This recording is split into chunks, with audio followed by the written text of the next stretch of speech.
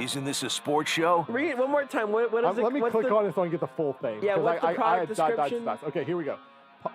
Push Pops Bubble Fidget Sensory Toys. Oh, well, come on. Okay, here we go. Start over. Yeah, one breath, please. One breath.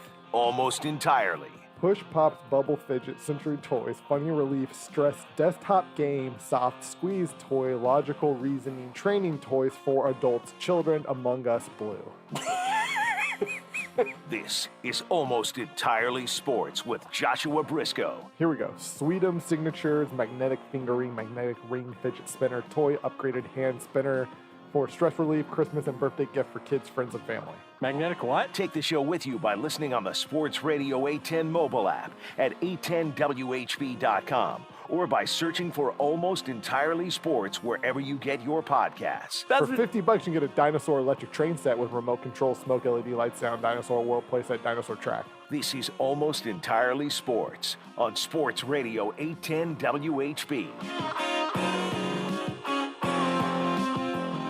Who among us right now would not be thrilled beyond words to spend an hour or so deeply overreacting to the things we saw on the first real day of Kansas City Chiefs training camp?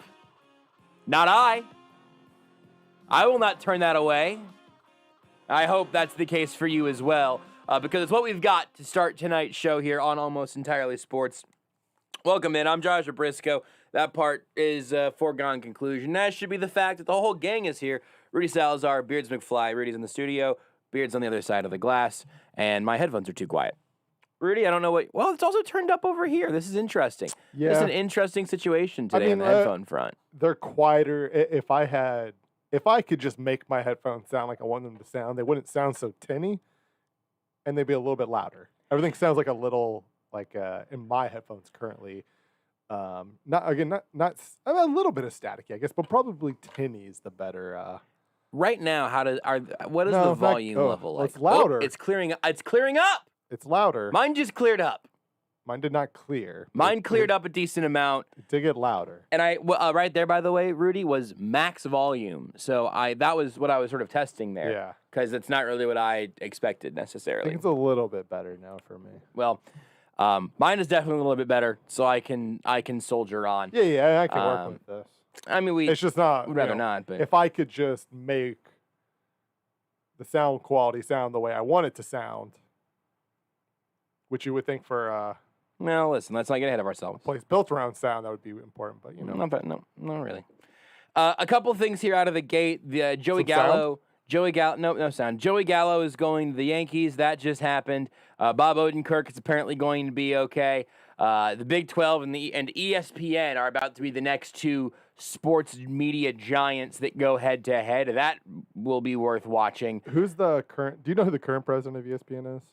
Oh, I can't remember his name. I just assume the next celebrity YouTube boxing match is just Bob Bowlesby versus the ESPN president. Is it still Jimmy Pitaro? That doesn't seem right. Could be. I thought there was a Norby. Maybe he was lower down the rung. It might still be Jimmy Pitaro then. John Skipper's replacement. Yeah, it is still James Pitaro. Would you get Bowlesby and Pitaro? Celebrity YouTube boxing match. I would watch that. Winner has to fight one of the Paul brothers. Your choice. I think the loser should have to fight one of the Paul brothers. That's cleared up. We're good. Headphones. It's crazy how that happens. You get the right sound into the microphone, and it comes back around, and you just poof. You hit perfect C. Nail it. And then it all comes together. Like any good choir. It's just a choir. Yeah, you just got to hit perfect C. Also, I don't know if you've seen this yet, but what I was doing right before the show started was going in and checking to see my NFL Game Pass situation. And my auto renew is set for a couple days from now. I think it might actually be for everybody that way, based on a tweet that I saw. Maybe it's just a coincidence. But I went in and I canceled my Game Pass subscription because right now all 22 is gone from NFL Game Pass. And apparently they're saying that they are hopeful to have it back in several months, which would be... Before the season starts, though, right? I don't know. The season's what, 4 months away? I think Let me double check When here. does NFL doesn't start? Like we're not in training camp right now, are we? This is an email from NFL Digital Isn't that Care. February? Thank you for contacting NFL Digital Care. Coaches' films are currently unavailable. Please keep an eye out for them in the coming months. We thank you for your patience. That doesn't sound good. Does not sound good. And look, for me, Seth just did the same thing. Solidarity. Hashtag solidarity. This would be a very big deal for people like Seth who are writing full things based off the All-22, doing charting and evaluating things. For our guest in an hour from now, Kent Swanson of KC Sports Network, it would be a big deal for him as well to see how long the NFL intends on making people go without being able to watch the All-22. All-22 of games, by the way. Like, it's not like we're flying drones over practice right now. But if you're subscribed to NFL Game Pass, I'm wondering if they do have everybody re-up. Yeah, it looks like they have everybody re-up on July 31st. So a bold time for this to roll out here on July 28th. Take that NFL Game Pass money that you were using, put it towards Xbox Game Pass instead. A much better Game Yeah. Pass. That's objectively true. Anything else, Spirits? They've got good games. Give me a recommendation. Well, I'm trying to think of what Name games they one. have currently. Name on there. one, Beards. I wasn't Name even one I just game. legitimately want a recommendation I'm pulling up the list. because I can get a Game Pass on my laptop, and I was actually thinking about it. Game Pass is good. I've got it. I'm trying to see what they've got though. Is the thing. One cool thing, because just with my Alienware laptop, it just naturally comes with the Xbox app, which if you have Microsoft, you can just download, right? Sure. But it has like a feature on there where it's just like for Game Pass, where it just says, hey, we'll pick a game for you. It's just a randomizer, right? And it just randomly picks one of their games. It's like, hey, play this game. And it's either, hey, you can buy it for $30, or if you have Game Pass, you can play for free. But I was like, that's kind of cool. Like if you just don't know what you want to play, just like click it. It just did a little spinny thing for like 10 seconds. Like, hey, here's a game. I was like, that's it. That's actually pretty cool. It is kinda kind like of that. cool. Yeah. I think I would need the algorithm to know what I like and try to lead me somewhere. And maybe it kind of builds, it can build. I don't know if my guess is it is just I'm pretty sure it is just a purely randomized. Right, Like, there's here's no something algorithm, with a but it would be kind of certain- cool where it's like, hey, it's going to randomly pick a game for you. And then based off whether or not you're just like, I don't want to play it, or you do play it and you hated it, or you spend a bunch of hours in it, it kind of starts to pick up our, okay, here's what you like. Here are the things we think you'll like. Here you go. Beards, can you name one? Alien Isolation. You're reading it from your phone. I am. I'm pulling the full You're a list up. bad spokesperson for Xbox Game Pass. Crackdown 3. They might not send you their monthly check anymore. Control. I've heard Control was very good. I have not played it. I think there's a cloud version of it on Switch now, though. Also, There is. Yeah, that The Dishonored games. Those are very good. reading from your phone. It'd be like if I It'd am. be like if I looked at my computer right now. I was like, well, NFL Game Pass has. Hold on, Chiefs Broncos. Does it? They have Doom 2016. They have Doom Eternal, which I played, and Doom Eternal was very good. Is it 2016? That was the first one, the Doom 2016. Yeah, but it's not 2016 more, Beards. It was still a good game, though. Can't play it, though. It's not 2016. I mean, you can. Now, Eternal, you got Eternity for that. 2016, you had 1 year. They also have Goat Simulator. My specifically curated Twitter timeline is so stressed out about the Game Pass thing Yeah. that it is honestly, I'm a little bit worried. I had Game Pass in college, and I hated the experience so much that I never gave money to Game Pass again. The now NFL again, one or the Xbox the one? NFL one. Sorry, yeah. Now again, I've never had it's never been a crucial part of the job, but that's how I would watch when I was living in Kentucky. That was really my only way to watch Chiefs games, because I was in Kentucky, and this was before I knew about before I really knew about Reddit streaming, right? Never heard of it. Well, it doesn't exist really anymore. That's true, actually. it's Near mostly dead. Automata. Heard that's good. It's very good. It's Chris Plant's favorite game. I need to follow up and see if we can get him on the show again sometime. Not again. Need to follow up with him again. Try to get. I think it'd be Give him a very show a funny first time. to pick a day that you're not here, Rudy, to see if Chris Plant wants to come on with us and just talk to me and Beards about video games. I will be gone August 13th. Yeah, 13th. I'll shoot him a message. So anyway, keeping an eye on a handful of things here because we've got some moving parts. Again, the Big 12 ESPN thing will be very fun, and well, fun might be the wrong word for a lot of people, but it's very interesting at least. And at some point tonight, my plan is to do it at 9. We'll see how things go. I want to do our chip tier list. There's no Almost Entirely Sports tomorrow night. The NBA Draft is here on Sports Radio 810. And there's no AES on Friday either because I'll be filling in on the program, Enforcer and Petro.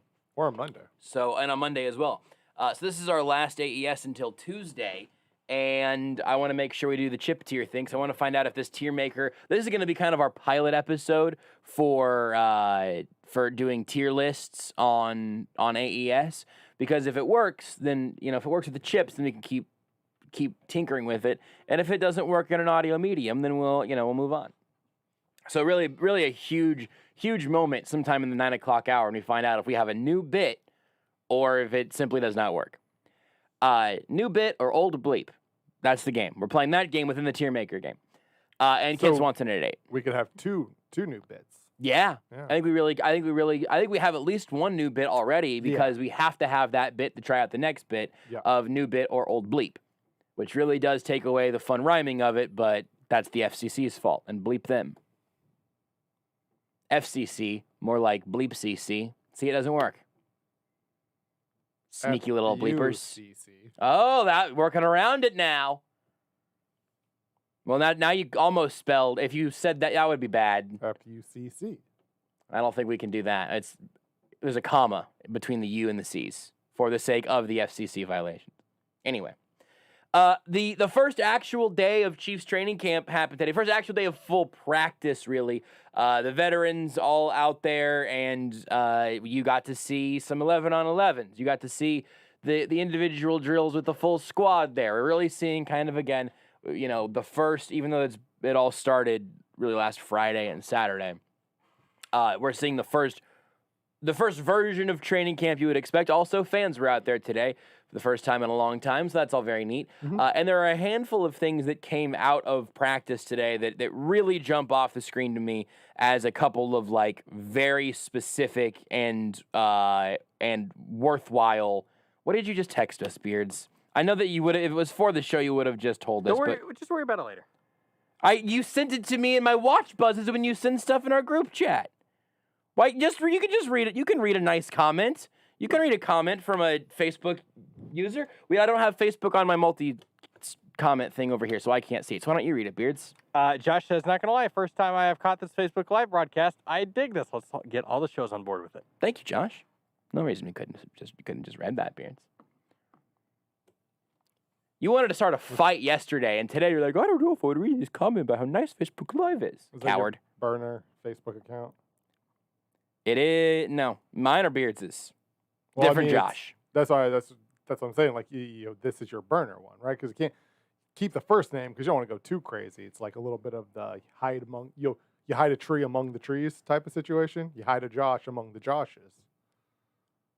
Is that right? Best place to hide a tree is in a forest. I think the best place to hide a Josh would also be in the forest, though. Think about how hard it would be to find something in a forest. That's true. That's a good point. With the banana slugs. Oh, God. That one we do not have the time or willpower to explain to people who've gotten to the show more recently. That's okay. They'll hear it in the liner. Oh, good. Okay, so if you want the payoff on that, you can wait till next segment. Yeah. But here are a few things from this first day of camp that I think are interesting. None of this is locked in. There's no guarantee that day one starters in camp are going to be day one starters in week one. However, the way that I would expect the potential evolution of the unit to go would be like this. Maybe you have an incumbent, maybe you have a veteran starting in one of the spots on the offensive line right out of the gate. It's got an ESPN notification. Big 12 alleges ESPN trying to destabilize league. ESPN says claims have no merit. That is an alert from the ESPN app. They could have just sent that nothing to see here gif. I just got it now too. I really think ESPN has something to add to here. Ridiculous. Anyway, What I would expect in terms of how starting units might evolve over the course of training camp is that you start with the veteran and you provide the younger guy opportunities to take that job. That's typically how I think it makes the most sense if you are going to see things look different from day one of camp versus week one of the NFL season. So I was, as someone who is rarely surprised by some of this stuff, I was pretty surprised by two guys who I wasn't out there today, but who were widely reported as being amongst the starters day one of training camp. The offensive line has one, and then my favorite position group to pull my hair out about has one, not quarterback, but cornerback. So the starting offensive line today went like this. Orlando Brown Jr. at left tackle, that is to be expected. They gave up a pretty big haul for him, and he's going to be their guy. As long as this season goes all right, he'll be their guy for the foreseeable future at left guard.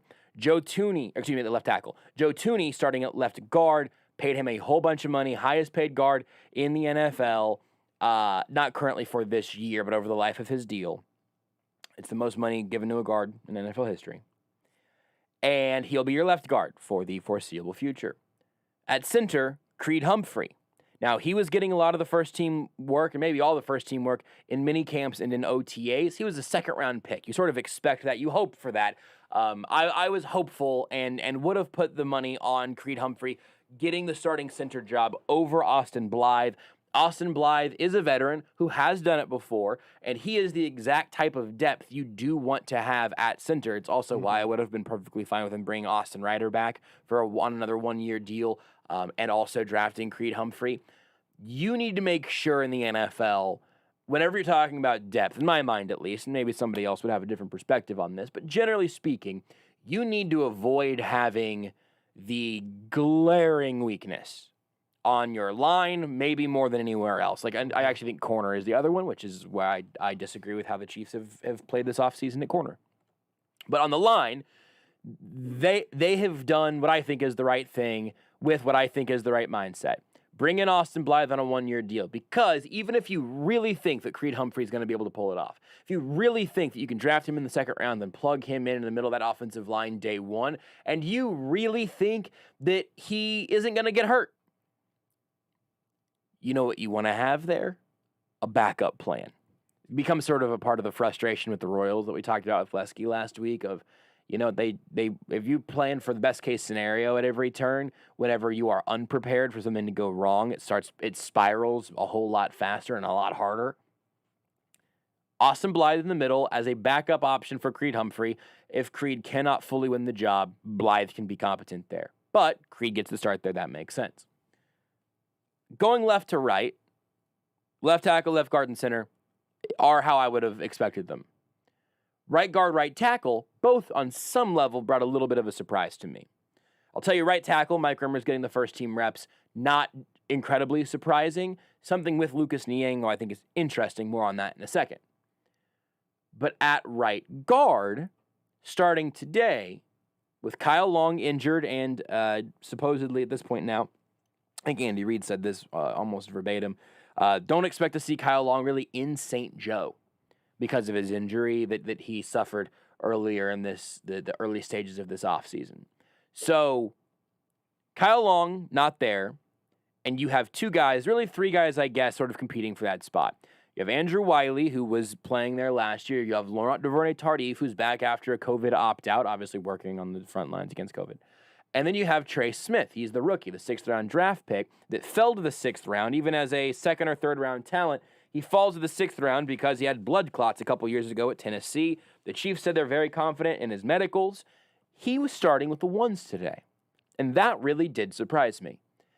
I thought that the best-case scenario, and we'll try to talk to Matt Verderame sometime soon again. He was on Trey Smith very, very early, and on not just him as a player, which I feel like everybody has been, but like on he might legitimately get that starting job week one.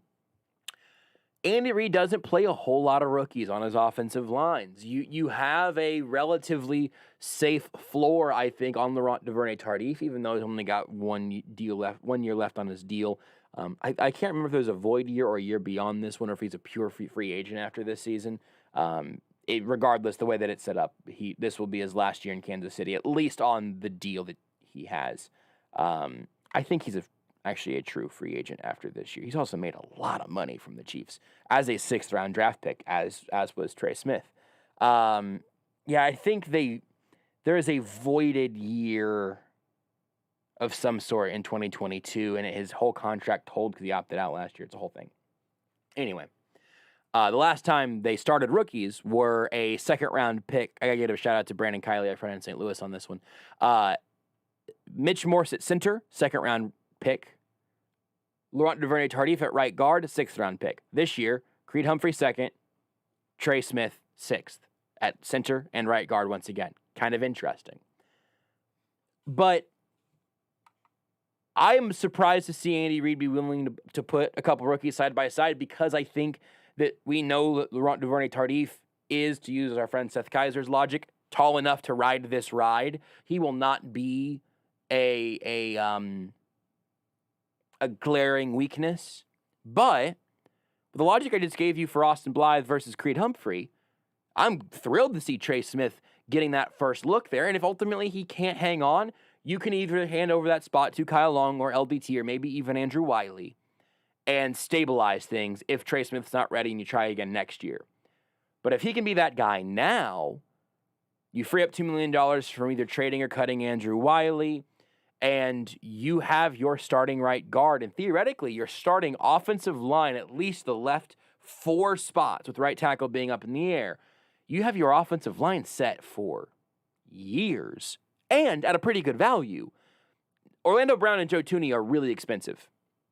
I'm willing to eat it on Orlando Brown if he ends up playing well. Paying that much money for a guard's not my favorite, because we're talking about how the Chiefs have all these guards they could be using these different spots. But, maybe Joe Thuney and Orlando Brown and Creed Humphrey as a trio with Thuney in the middle of those guys, maybe they do not allow pressure for like 6 weeks at some point. And if that's the case, then he could prove to be worth it. I'm just a little more skeptical on the Thuney deal, just from a positional perspective.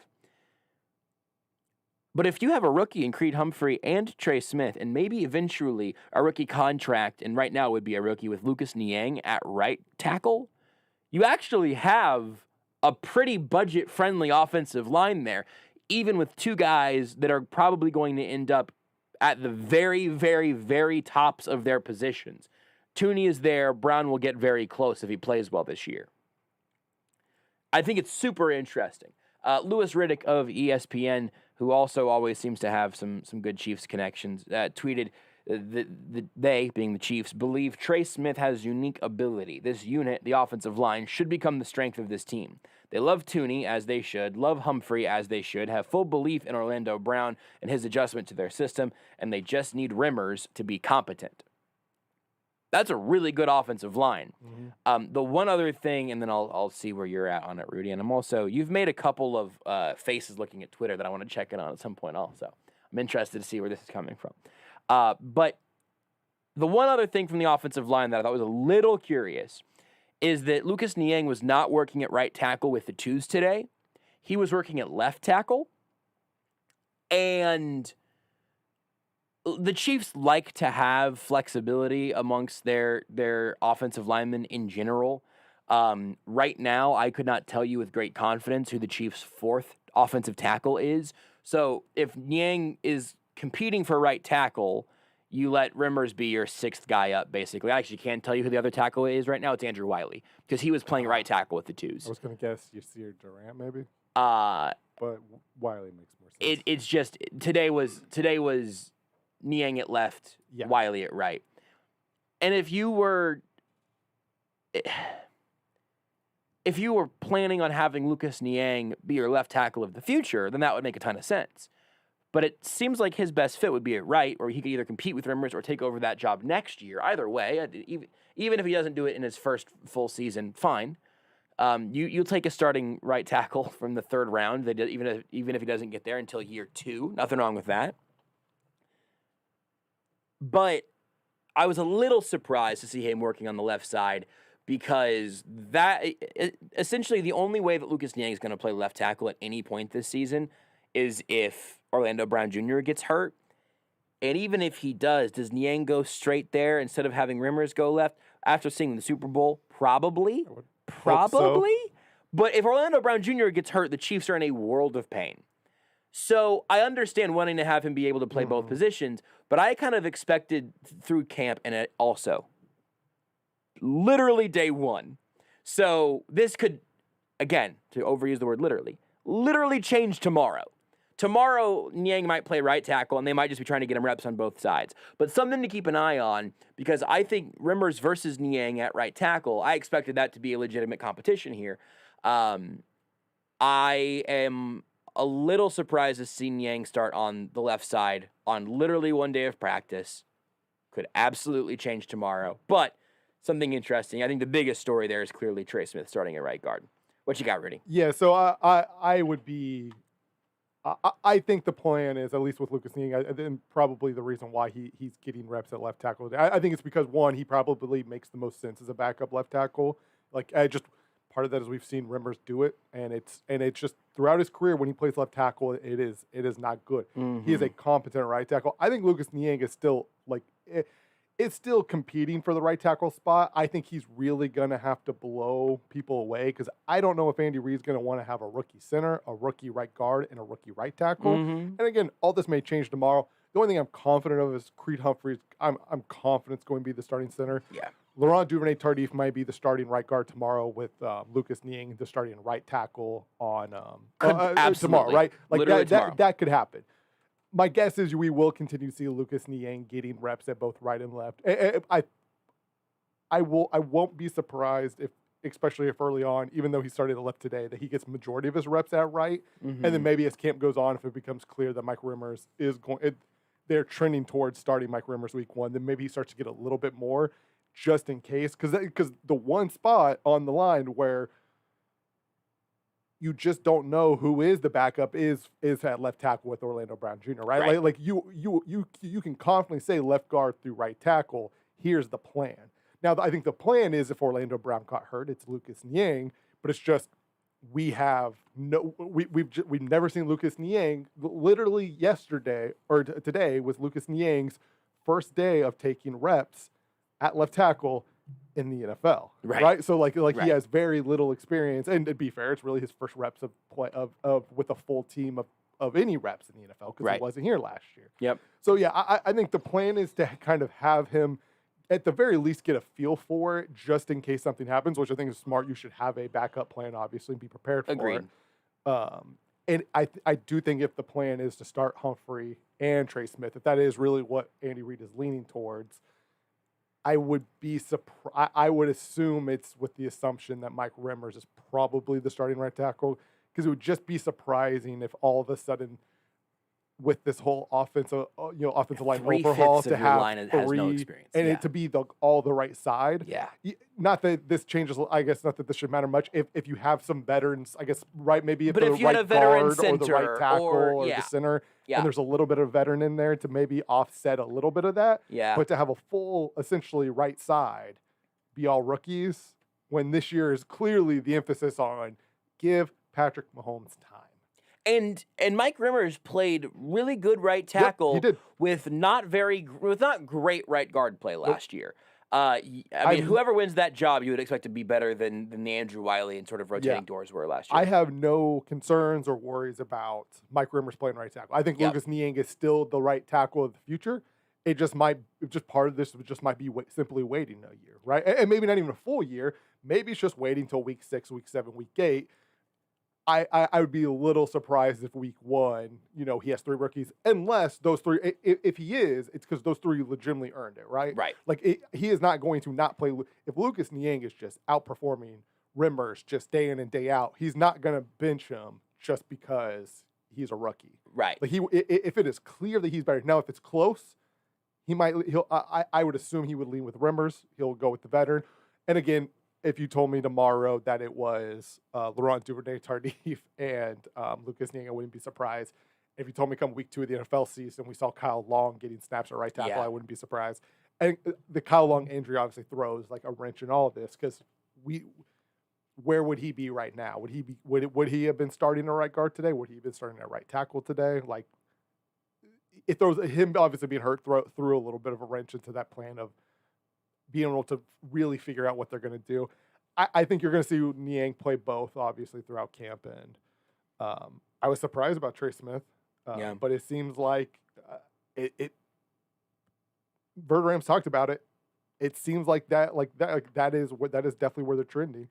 And if they would have drafted him let's say they drafted him at the end of the 3rd round, this is just some of us looking at the sticker price and then making judgments off of it. If they would have taken him in the 3rd round, where it sort of sounded like he was most likely to go if he wasn't dealing with blood clot issues, this would be a little less surprising. Yeah. Which again, he didn't change as a player there. It was a medical thing, and you wouldn't not have this job for a medical thing. I think I still would have assumed that LDT would have gotten the start today, but it would have been a bit less of a conversation, I think. Yeah, because even though he obviously wasn't here last year, he's a guy who obviously knows this offense. Because going back to Creed Humphrey, I think there's a chance that if the center wasn't Austin Blythe, was Austin Ryder, maybe they take that same approach, right? Where early on in camp, you see more of Ryder getting first-team snaps because, again, he just knows the offense. One of the benefits for Creed Humphrey coming in with another center who's also in his first year in the offense, even though he's played in the NFL, you're about equal footing in terms of playbook. Austin Blythe probably picked it up a little bit faster because he just knows how to pick up NFL offenses a little faster or whatever. But they're kind of starting from the same spot.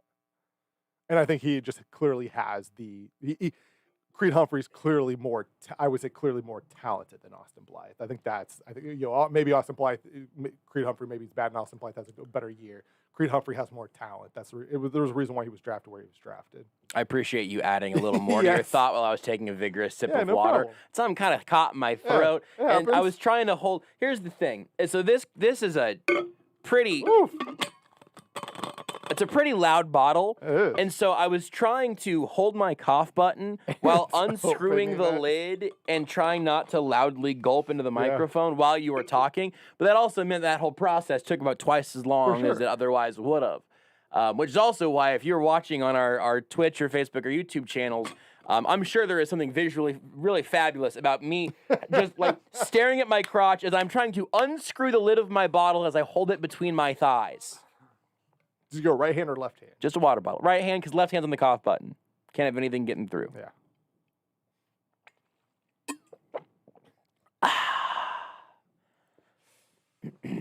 I just got. It wasn't even phlegm. It was like a little. It was like I got poked with a toothpick, kind of down in the bottom of my throat. It's like the Chiefs' left side. Nothing's getting through. Nothing's getting through. Although, hopefully, visually watching the Chiefs is more pleasant than watching me do that on the Twitch, because that would be unpleasant. Let's take a break. Whenever we come back, I want to talk about the other thing from the Chiefs' day one training camp lineups that caught me by surprise. This one in a bigger way. And I'm really excited about as young as that Chiefs offensive line can get as far as center, right guard, right tackle. The other thing that we're going to talk about next, not as excited about. I'll tell you what that is next. Want more Almost Entirely Sports? Watch the show live on the Sports Radio 810 Facebook page.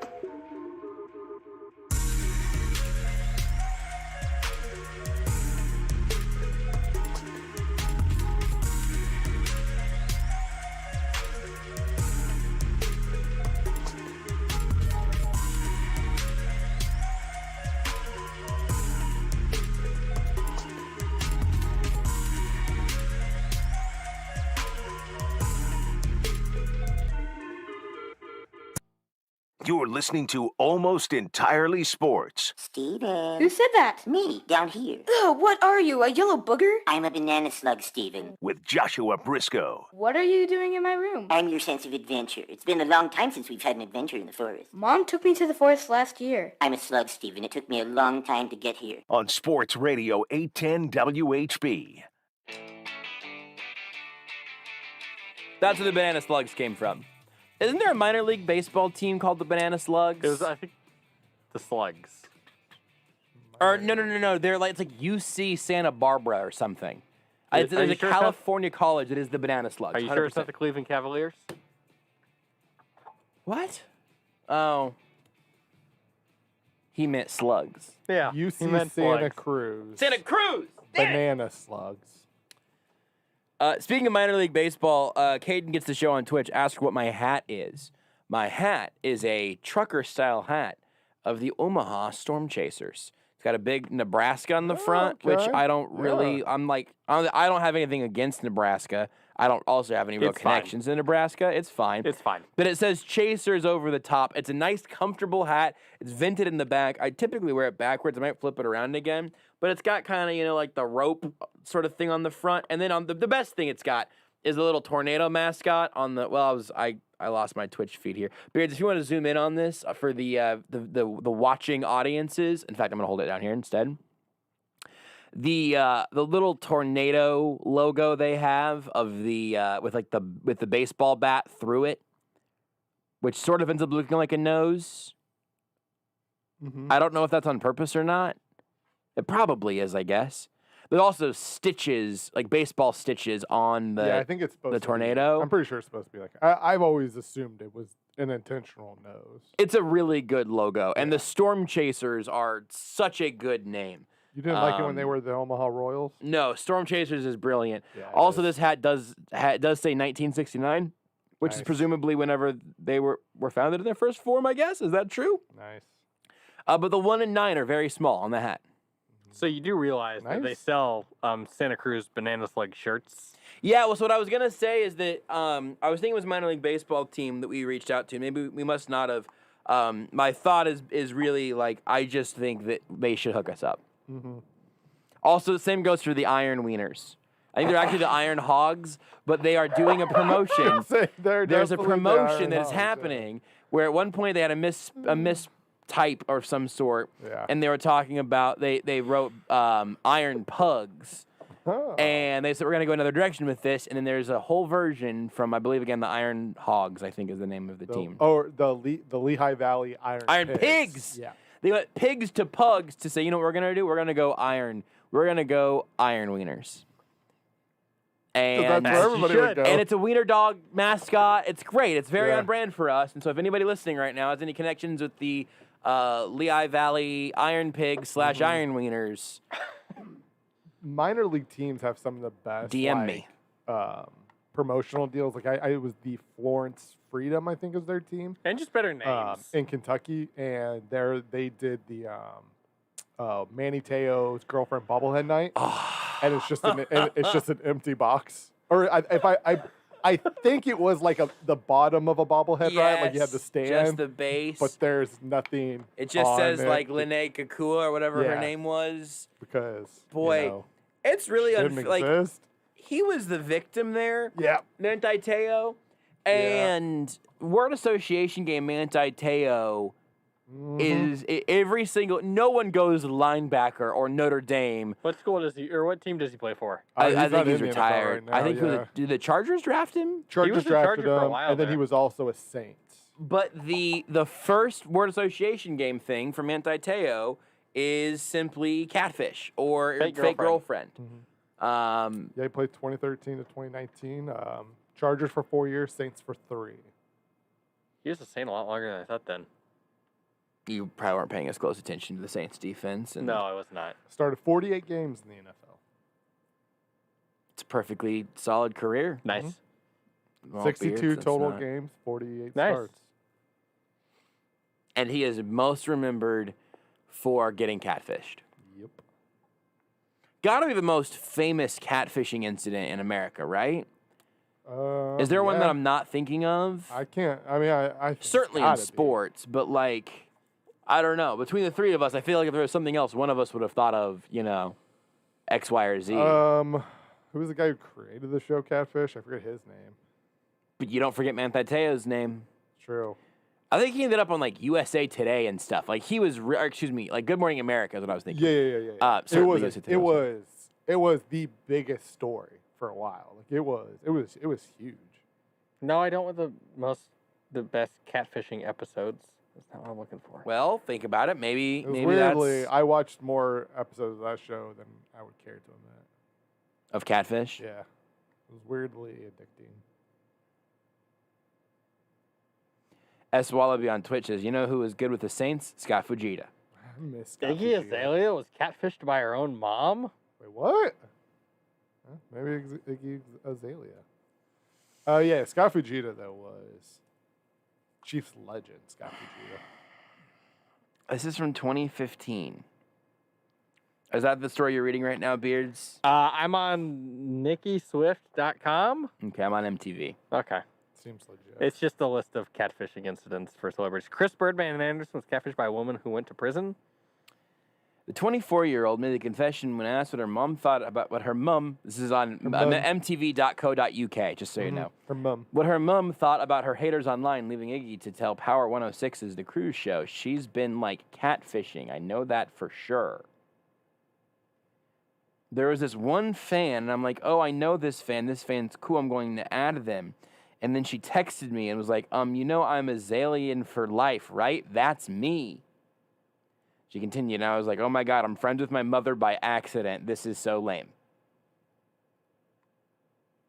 Not quite surpassing Manti Te'o's fake girlfriend. Who died of cancer. Was that a part of it? Yeah. Because that was the thing.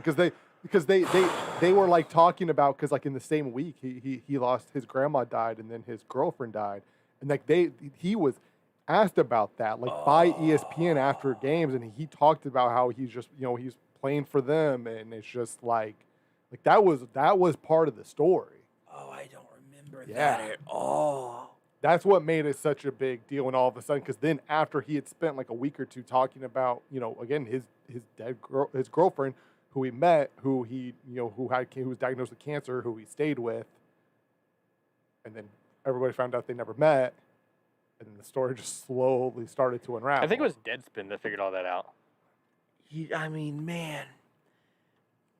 I think generally speaking, people want to know, at least for me, I want to know the truth, and then figure out the consequences of it later, even if it's an unpleasant one. But it would have almost certainly been easier for him to just go about the rest of his life thinking that this girl he met online had died of cancer, and then you just can move on. Yep.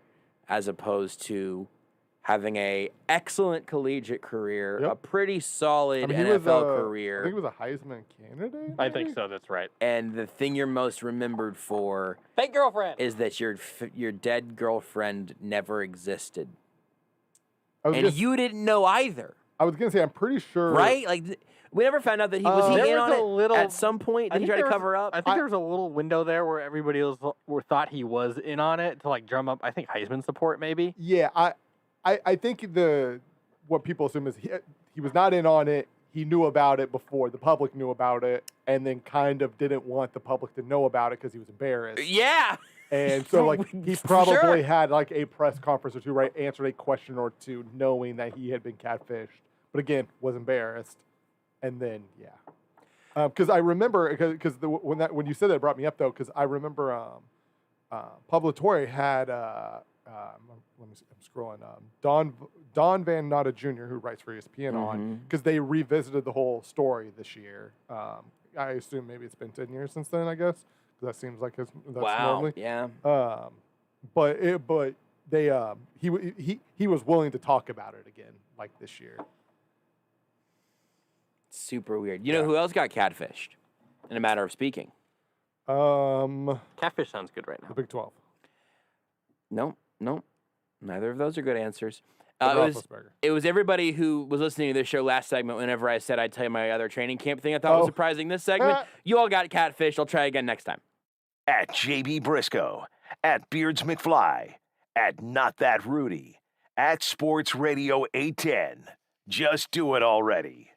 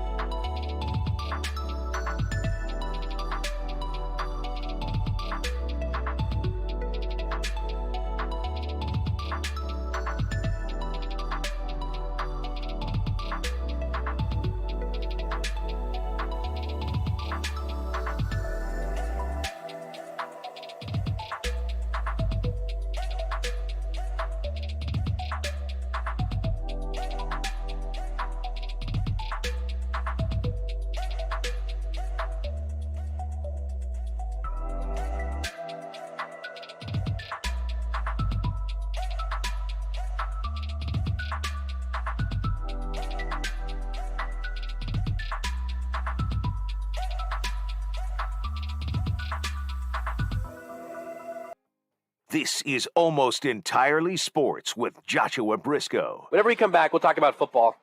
That's a promise that we probably will not be able to live up to. That's next. On Sports Radio 810 WHB.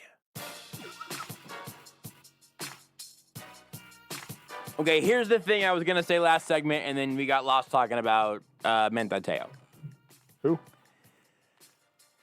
So the reports from training camp today, day one of Chiefs training camp with everybody being out there, were that L'Jarius Sneed was the Chiefs' main nickel corner, which I kind of figured he would start outside and kick in all likelihood, or maybe just stick outside. But honestly, if I had to pick between stick outside or stick in the slot, I think I'd rather have him in the slot playing 75% of the snaps than outside playing 100%, just because of how excellent he was in that slot role last year post-injury. But, whatever. L'Jarius Sneed, hopefully, I just hope he's good in his second year, because cornerback is volatile.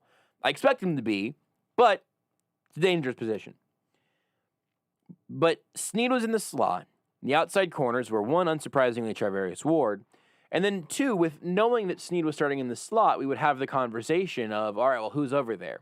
Because they did not bring back Bashad Breeland for reasons that I, to this day, do not understand. I understand even less after what I'm about to tell you in a second.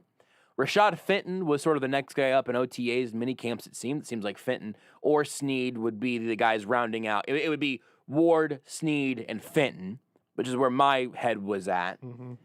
And there are a handful of other guys. DeAndre Baker working his way back from both the weird stuff in New York and then also the broken leg that he suffered in Week 17. We talked to him last Sunday, and he seemed good to go.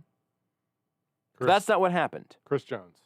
Chris Jones is getting all the work at defensive end, apparently, but not cornerback. Mike Hughes was getting outside corner work opposite Charvarius Ward.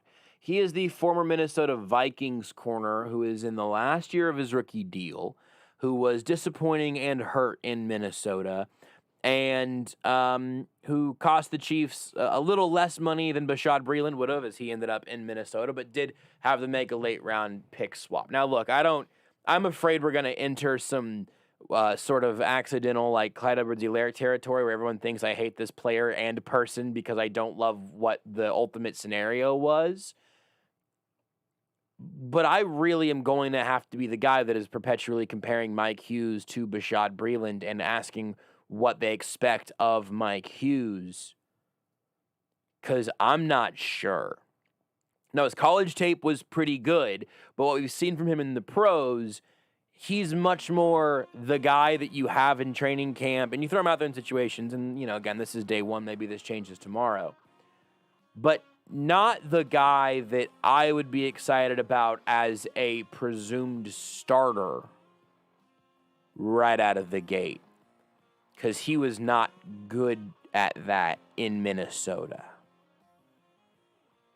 Not a panic button, because I think that at the very least they could go Ward, Snead, Fenton, and have something better than, you know, David Amerson, Orlando Scandrick, or whatever. Mm-hmm. And I don't think they're going to trade for Xavier Howard. We can talk about that later, but I would be really surprised just because that's not a move that the Chiefs have made. They'll give him a 6th-round pick. That's pretty much what they'd be willing to offer. I was very surprised to see Mike Hughes starting there. We'll talk about that, the Chiefs' offensive line, and a lot more with Kent Swanson next. You are listening to Almost Entirely Sports with Joshua Brisco on Sports Radio 810 WHB.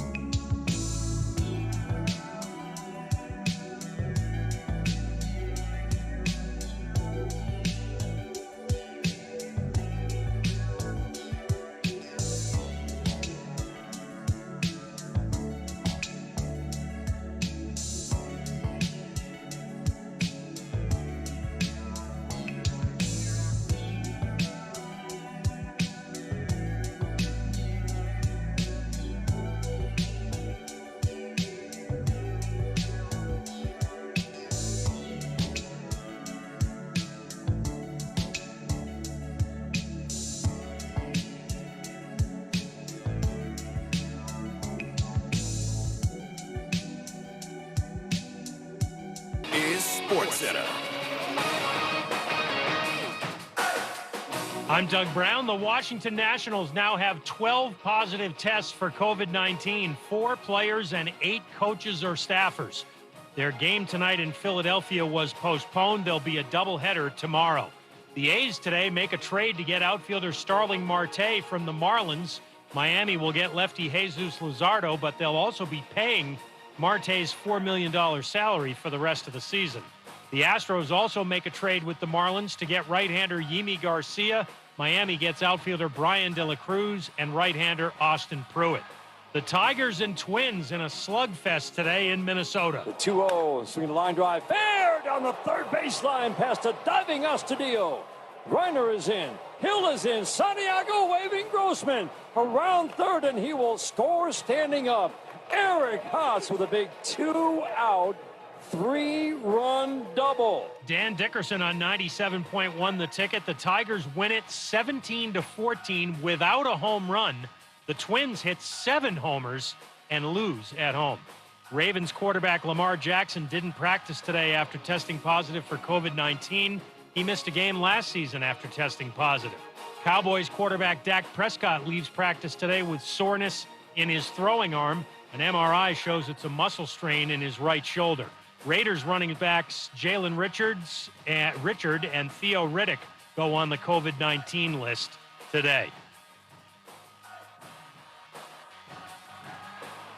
Hey, it's Greeny, and Thursday is a huge day for change. We've got the NBA draft at night. We've got the baseball trade deadline moving up on us, and we'll have it covered for you from every possible direction. Don't miss it. It's Greeny, starting 10 a.m. Eastern on ESPN Radio and ESPN+. This is Almost Entirely Sports with Joshua Brisco. I think it's pretty disruptive, much like the way I was at the Slim Chickens last time. I tried to play that card. Kent is out here trying to be disruptive in the sports media scene and in your local Slim Chickens. On Sports Radio 810 WHB.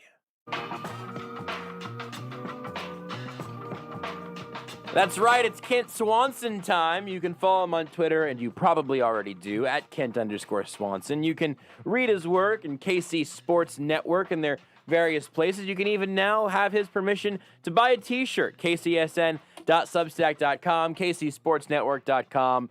I think that covers most of it through those places. If not, go to the Twitter, and you can find everything that Kent does out there. But Kent is not in studio with us, as he has been the last couple of times, because Kent is on now, I think, double dad duty? Is that? I don't know if that's accurate or not. How is baby number 2 been?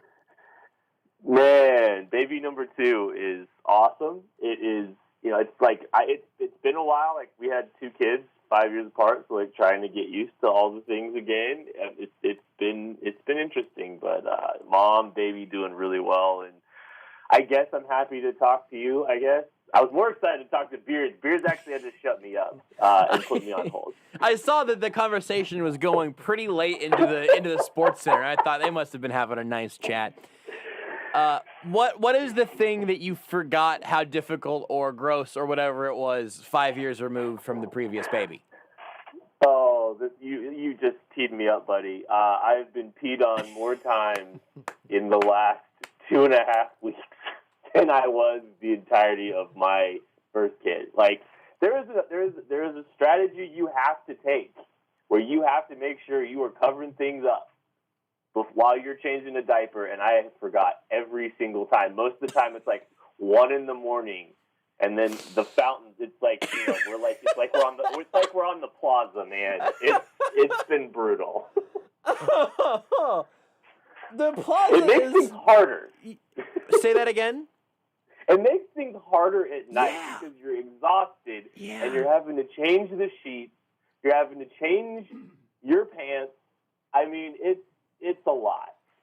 Well, I mean, you said, it's. I don't want to go all the way back to your last job. I'm just gonna assume it's been a while since you've been covered by someone else's urine. I'm not willing to say it's been 5 years, but it's been. I can confirm it's been 5, buddy. All right, if you say so.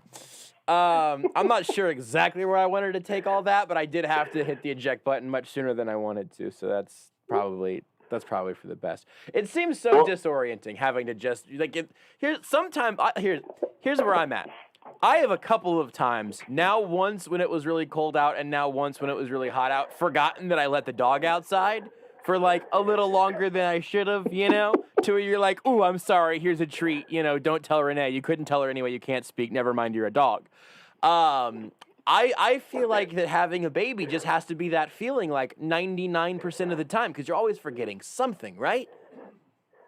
Well, yeah. I mean, but by the way, anybody that ever says having a dog is like the precursor to having a baby is just lying. No way.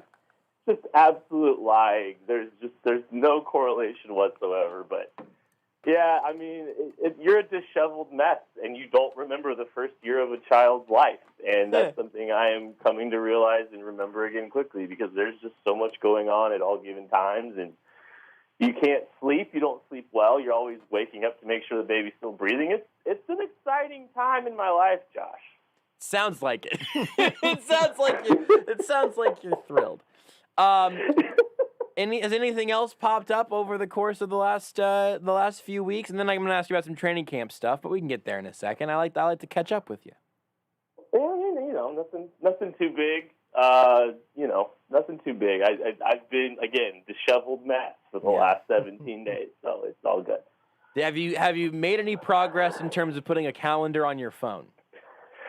Negatory. Okay. And I probably should because my life has become, again, a disheveled mess that requires more organization. I need to color code for my kids pretty quick here is what I need to do. So, that's kind of what I was thinking. You know what? Your whole disheveled deal, I think, gets a little less disheveled if you are properly color coordinating a Google Calendar. Josh, what I'm going to do here is I'm going to invite you out to the suburbs. I'm gonna pull out my smoker. We're going to have just a good old-fashioned suburban dad evening. We'll sit on the porch. I'll make you sip a bourbon. We'll eat some pulled pork. And then I'm going to hand my phone over and just let you organize my life. I might need a couple of those nights out to be that confident that I can make it happen, but we can get you there. Did you say make me sip a bourbon? Do you feel? Are you just assuming that I would not do that on my own volition? Because you're right. I know I'm right. I've had this conversation with you before, and this is probably something. I'm sure now that Beards is married, he'll probably. Well, no, Beards doesn't like anything, so he wouldn't sip bourbon. Yeah, nailed it. But at some point in your life, you're gonna realize that alcohol aged in wood is delightful. I think my play would be to just pretend to sip it for a while, then you turn your back and I just take it like a shot and then just continue to pretend to sip whatever, drop is left and just see if you ever catch on. I think that's probably my best play. As long as the night ends in you organizing my life, I'm okay. Fair enough. That seems worthwhile. All right, well, I'll ask you about some things that you have written about on KCSN already. This just a few hours ago. You had your early reactions from the first round of day one here of Chiefs camp. A couple things that you put out there were a few of the things that we talked about within the first hour of the show here tonight, because I think a couple things leaped off the screen to me as people were reporting what was going on out there. And I think Trey Smith is where I would start. Do you think that's the biggest takeaway? And then what do you make of seeing Trey Smith starting at right guard day one? Well, I think Trey Smith's a massive story for 7 different reasons, but the fact that he's jumping in from day one and the fact that Andy Reid heaped praise on him and basically said he should be there is massive. I mean, this is a 6th-round pick, and there's a lot of circumstances surrounding this particular 6th-round pick who, talent-wise, probably wasn't a 6th-round pick, but he has had a meteoric rise throughout the offseason. We haven't got to see or be privy to all that behind the scenes, really. I mean, there's some buzz out there. You could internet sleuth and look at all the photos on the Chiefs site from OTAs and all that stuff. But this is our first confirmation and publicly announcing to the world that Trey Smith's here. And he's very much a part of the mix at the right guard spot. And, there's a chance the Chiefs are starting 2, rookie interior offensive linemen on this group. And getting a guy like Trey Smith in the mix and getting him as a viable potential starter in the 6th round is massive for this draft class. Yeah. Yeah, I mean, because I've talked about the financials several times. Because paying Orlando Brown and Joe Thuney is a lot easier if you've got 2 or maybe even 3 starters eventually, if not this year, next year, on rookie contracts. With what you saw from Trey Smith out of college and taking a closer look after they drafted him and everything, how confident are you in the idea that he could be the starter week 1 and not only not provide any glaring weaknesses, but actually be better in that spot than LDT might be? Well, okay. I mean, that's a pretty loaded question because there's a lot there. I'm not super confident in Laurent Duvernay-Tardif. Mm-hmm. I think playing the interior of the offensive line is one of the easiest places to find value, one of the easiest places to plug and play. Yep. But I don't also want to diminish the talent that is Trey Smith. And there's a lot of good things to like about him. You know, the physicality, that there's an edge to him that this offensive line typically hasn't had, although if you look at the guys that they've brought in across the board, there's a lot of a mentality change up front, a lot more physicality, so there's a lot more to like there. He's a punisher. I don't know if he's necessarily the most, agile guy, Mm-hmm. laterally. I don't think he's going to be the guy that's going to thrive all the time in space, but he's definitely a physical player. He's stout. He's well built. He's capable of anchoring well in pass protection. There's a lot of good things about his game to like, and even dropping him next to a center that's probably going to be a rookie, I think he can acclimate very quickly. The football character is off the charts. There's positive reviews before the draft about that, and there's a lot of positive reviews within that building. They really like the makeup of this kid, and those are really good qualities to have, and those are typically the kind of qualities that lead to success. Those are the kind of qualities that lead to 6th-round picks, winding up, playing significant snaps. Those are all positive indicators for this kid, and I think everything we've seen optically, everything we've seen from, the snap count telling the story seems to indicate that. He's a guy that's very much in the mix and a guy that can bring a lot to this football team. The other offensive line thing that was interesting today is that you also wrote about on the KCSN Substack is with Lucas Niang, because he was the other guy, as sort of a red shirt rookie, where having him start would be ideal because you like to have your guy for the future there, but it seems like Mike Rimmers is probably getting the incumbent boost there. The most interesting thing, though, and this is something, again, you pointed out in the story, is that Lucas Niang was playing today at the left tackle spot with the second team, and Andrew Wiley was the right tackle with the second team. And as you write, Lucas Niang is, I think, the only good option for stepping in if Orlando Brown does get hurt at some point. You do not want to have to put Mike Rimmers back on the left side for any reason if you can avoid it. But also, you'd like to see Lucas Niang competing with Mike Rimmers for the right tackle job. So how do you balance all of that? Well, I think the Trey Smith situation and him, having a lot of success makes this even more interesting, and maybe answers the question for us and probably makes the decision for you if you in a lot of different ways, because I don't think you can start rookies from center to right tackle. Mm-hmm. I don't think you can start 3 rookies on one side of your offensive line. So I think what you're looking at now is this is what I think is happening. I don't think there's a competition for right tackle anymore. Mm-hmm. I think this is Mike Rimmers' job. I think the Chiefs are having Lucas Niang focus a lot of time along the left side of the offensive line because they don't have a solution if Orlando Brown gets hurt. Yep. So I think what's really going on is Lucas Niang is going to be the swing tackle, but he's spending a lot of time getting acclimated over on the left. Rimmers is going to start, and if Trey Smith holds on to that position, which it kind of feels like that is something that could happen, why not Kyle Long at right tackle? What if Kyle Long is your right tackle if Mike Rimmers struggles? There's a lot more open doors and a lot more opportunities along this offensive line and a lot more flexibility you have if Trey Smith just locks right guard down. And now things get a little bit more interesting. There's a lot of ways that this can go, but I think Lucas Niang is the swing tackle, and I think they're really trying to help get him ready on that left side. I mean, you're right that, again, there's no solution there in terms of literally the next tackle is Andrew Wiley, and he's a guard. That can't happen. Right. I'm just we saw what happened when the Chiefs tried to piecemeal left tackle. Yep. I mean, that cannot happen again. It can't happen for any real stretch, and so they've got to have a solution. Lucas Niang is the actual fit to try to do that. Do you think that Kyle Long ends up, let's say Trey Smith holds in that right guard spot and the Chiefs want him to win that spot, which would make sense. You've got to, again, rookie deal, and that's a huge value if you can make him be that guy. Do you think that Kyle Long because I honestly just have not spent a whole lot of time, even whenever he signed, thinking and talking much about him at the tackle spot, because I thought he made the most sense at guard still. But how do you feel about him at right tackle? Do you think that he would be able to compete or take that job from Rimmers? Yeah, I mean, he's performed there capably, and I don't think the bar is particularly high to clear with Mike Rimmers. Not to say that Rimmers didn't do an admirable job. I'm glad Mike Rimmers is back in Kansas City. I think he's a quality, piece of this offensive line. And if he's your worst offensive lineman on your front five, you can do worse. But that doesn't mean that Kyle Long doesn't offer a little bit more ceiling, a little bit more upside. I think there's more athleticism to a Kyle Long.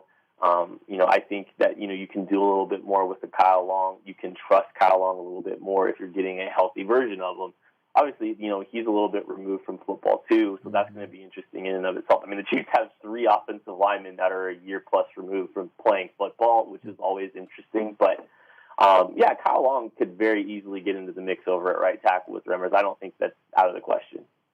What about the cornerback spot? Mike Hughes got the first team look opposite Charvarius Ward with Snead in the slot. I wish this team had Bashaud Breeland on. I know I never say that out loud or tweet about it or anything, but I really, really do. Mike Hughes, outside corner, starting opposite Charvarius Ward, makes you feel how? Interested, just intrigued. I know that's such a weak answer, but that's the truth. I look at Mike Hughes, and we had the conversation on our podcast yesterday, just looking at the situation and saying Mike Hughes makes a lot of sense in the slot. He's a guy that maybe you don't want to trust carrying vertically with some of these receivers, but he's got good instincts. It actually looks like I think Matt or Craig on our podcast talked about maybe the Kendall Fuller type role, the Kendall Fuller type situation for Mike Hughes. But what do we see day one? L'Jarius Sneed goes back inside where he had a lot of success too last year, and they trust Mike Hughes outside. I think the idea of Mike Hughes, this is the key word, the idea of a Mike Hughes and DeAndre Baker are very similar. They're reclamation projects, first-round talents. You're hoping one of these guys stick. So Mike Hughes or DeAndre Baker, there's some limitations athletically to both of them, but there is some talent, there's some instincts and ball skills. You're hoping one of those guys sticks. I'm not overly excited, but this team has won a Super Bowl and made a Super Bowl with very similar talent at the cornerback position the last 2 years. I really like Snead in the slot. I really like letting guys play to their absolute strengths as opposed to, finding the hole first and then trying to figure out what do we do to make sure that we don't have a weakness or whatever. I enjoyed sort of a borderline reckless L'Jarius Snead. But also with the other outside spot, if they are going to try to work through Hughes and Baker and I thought Rashad Fenton was going to have a real chance in that spot, and maybe that'll show up over the rest of camp. I don't really know.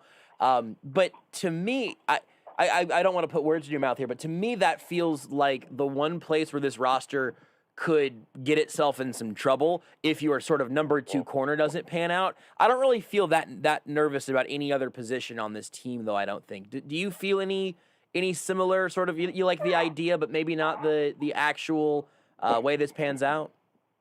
Well, yeah, I think banking on the idea of players is not something I typically like. Yeah, me neither. But, yeah, no, I get why you wanted Bashaud Breeland in the mix. I've seen you tweeting about that a lot. Never. A lot. Never once.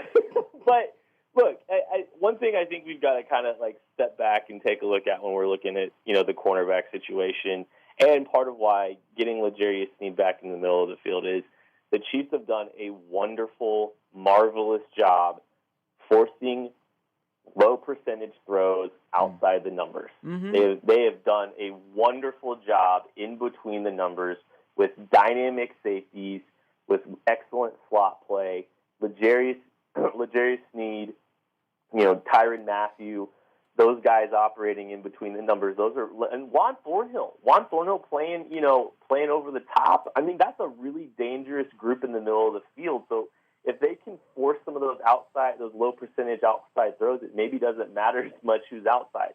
And the Chiefs have not really, they've never invested at corner, ever. Yep. The most they've ever spent is, I think, Bashaud Breeland's contract last year was worth up to $4.5 million. That's the ceiling for this team's expenditures at corner.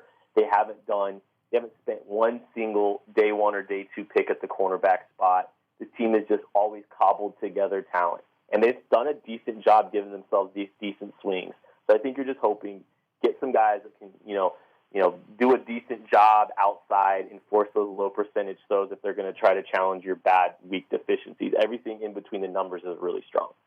We talked to Craig, a couple weeks ago at this point about some of the Tampa Buzz thing that he broke down, and that's a sliver of what Spags is working with. But even that is just sort of an exercise of keeping in mind how different schemes can look and how you can try to cover up for your deficiencies defensively and try to bring teams into matchups that you like. I think we in the Royal sense here, I think we typically think about of the offense being on the offensive whenever it comes to making matchups, but defenses can also do that. I just think it's harder for us to visualize that sometimes. Oh yeah, I mean, and when you're playing zone coverage, like there are strengths and weaknesses to it.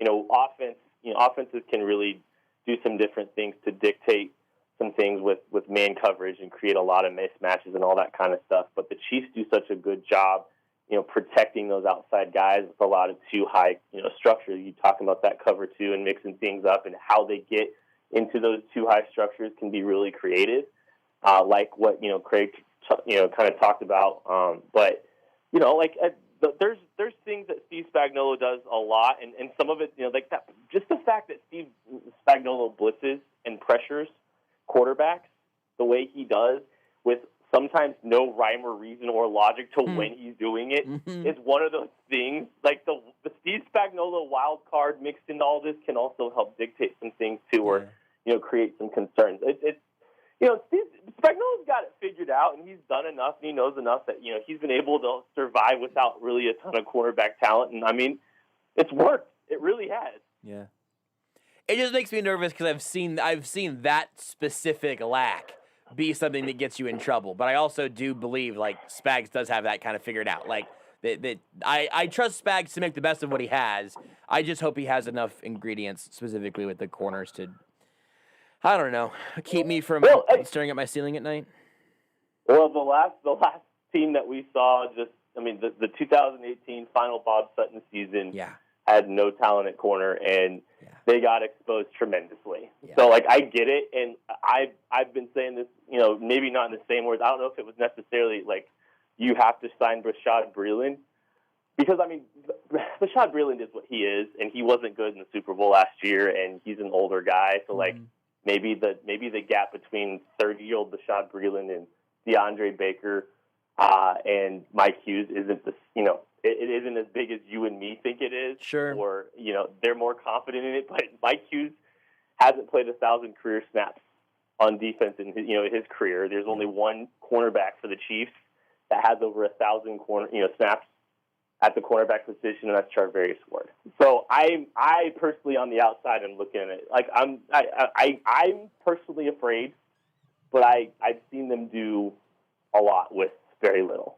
Where are you on Ward at this point? He's the guy from this group who's been talked about the least because we all just know he's starting. Yeah, I think Charvarius Ward is what he is, and he's been what he's been for the last couple of years. It's kind of it's the thing, it's the kind of thing we talked about. Everybody has there's all these Chiefs players with the SCZN at the end of their name. Right. Charvarius Ward, there's a lot of optimism for your guys, right? And I think, Charvarius Ward's always kind of showed what he is. And that's okay. Getting what they've been able to get out of a guy like Charvarius Ward is a huge credit to Brett Veach, being an undrafted free agent. But I think sometimes we try to make too much of our own. I think he's a replacement level starter. I think that's about what he is. Very scheme dependent. You let him operate, be a little physical at the line of scrimmage, use his length, operate on a linear plane. And that too high structure is really good for him. That, be protected over the top. Those are good things for Charvarius Ward, and he's done admirably, in that situation. I wouldn't call him a strength even in the slightest, but you're glad you have him, and you're glad you have his experience because he is the elder statesman in the cornerback room. Just insane. It's just it's just crazy. It's wild. I mean, it is. I'm not going to argue with you, but it's just also like how big of an upgrade is the Bashaud Breeland? I don't know. Yeah. No, I don't know either. But for the thing we were talking about earlier was like the reason that Austin Blythe is on this team could be, in a worst case scenario, even be the reason that Bashaud Breeland would be on this team, which is that if the guy that you want to win the job doesn't, you have somebody who can be competent in a spot that can be exposed. That's LDT, it's Kyle Long, it's Austin Blythe, and Long probably has the higher ceiling of that trio. But having those players that will keep you from this to steal Seth's analogy, like you must be this tall to ride the ride. You can't have Andrew Wiley playing tackle in the Super Bowl. You cannot have a deficient cornerback group. Adding Bashaud Breeland, I don't think he would have been Xavier Howard. Like I'm not. That's not my delusion. It's just a cornerback that I'm not afraid to see in coverage. Right, and I mean familiarity, understanding of the defense, and a known commodity. But also, you know what? When you give Steve Spagnuolo known commodities, Ben Niemann is rolling out at linebacker on day one of training camp. So I think there could be a little. I don't want to say infighting or anything like that, but I mean, Steve Spagnuolo loves to play guys he trusts. Yep. And if there is a talent deficiency between Bashaud Breeland's ceiling, Mike Hughes' ceiling, or DeAndre Baker, well, if Bashaud Breeland's not here, they can't play him. Yeah. So you never know if there's a layer there too of that, because I mean Ben Niemann has not. They can't get Ben Niemann off the field right now. So, and they just spent another second-round pick at linebacker. So hopefully that happens soon. But, coaches like to lean on their known commodities. That was the other thing you mentioned in the story, looking at the linebackers. I wasn't even going to make you talk about it because I don't know if there's enough new things there, but you brought it up. So if you'd like to, feel free. No, I think that's just, it's always interesting to see who gets supplanted and who doesn't. And it kind of feels like on offense, Andy is willing to give some, rookies a little bit more exposure early on. I mean, he's throwing Creed Humphrey into the mix already, same with Trey Smith.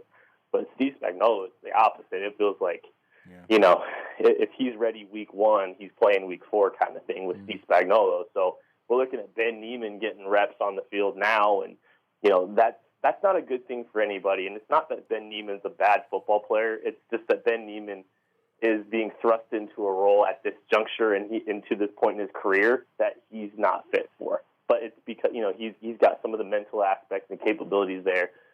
Chiefs need guys like Willie Gay. They need guys like, Nick Bolton to really step up and help, add to the talent in that group, the trusted talent, because that group could really take off. They put a lot of investment into that position. Mm-hmm. And, if Willie Gay, it sounds like Willie Gay's made some plays in coverage. I'm excited to get eyes on him this weekend. But, if he can be a guy that can be trusted in coverage, maybe he's playing in more sub packages and Ben Niemann's off the field entirely.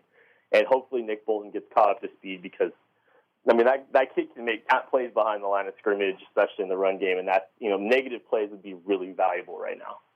Do you feel at least a little bit soothed by the trio of Hitchens, Gay, and Niemann, as opposed to a Hitchens, Niemann, Damian Wilson setup, or at least Willie Gay's theoretically on the field? Yeah, I think Hitchens too. Hitchens played well late last year. We don't talk enough about that. This group could really, this could change even if Ben Niemann's on the field. Hitchens and Willie Gay are playing really well. This is really, frankly, this is a contract year for Anthony Hitchens because they can very easily move on from him next year. And it sounds like Anthony Hitchens lost a little bit of weight to try to be ready. This group could make big improvements. Everybody's being pushed. There's a lot of talent in the room. There's a lot of really good things that can happen at the second level of this Chiefs defense. And that could be, if the second level of this defense starts playing coverage better, that's terrifying for the National Football League because, again, they're just locking up in between the numbers. So I feel good about where the linebackers are. I just hope, Nick Bolton gets caught up to speed soon.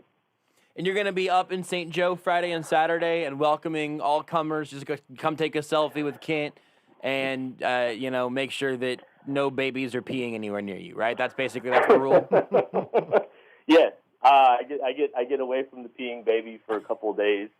On Friday and Saturday. Hopefully I can run into you and maybe even hug you. Well, listen, If you don't listen, I'll say this, Kent. If you don't want to get covered in pee on Friday or Saturday, stay away from me. Well, I'll risk it. By the way, we have a Facebook comment from John. Can we have a show that Josh has to take care of a baby? Who is that good for? Look, I will not volunteer my kid. So that's the thing. I'm sorry. Is this like if you need because kid number 1 you said is 5, right? Yeah, he's 5. If you need a babysitter for kid number 1, that I can do. I am excellent with kids like in sort of that like just I think post sort of toddler range, right? Like and probably up to I don't know 12. I have like 5 to 12. I can help. Before they are potty trained, before they are housebroken, which is I think the term I will be using.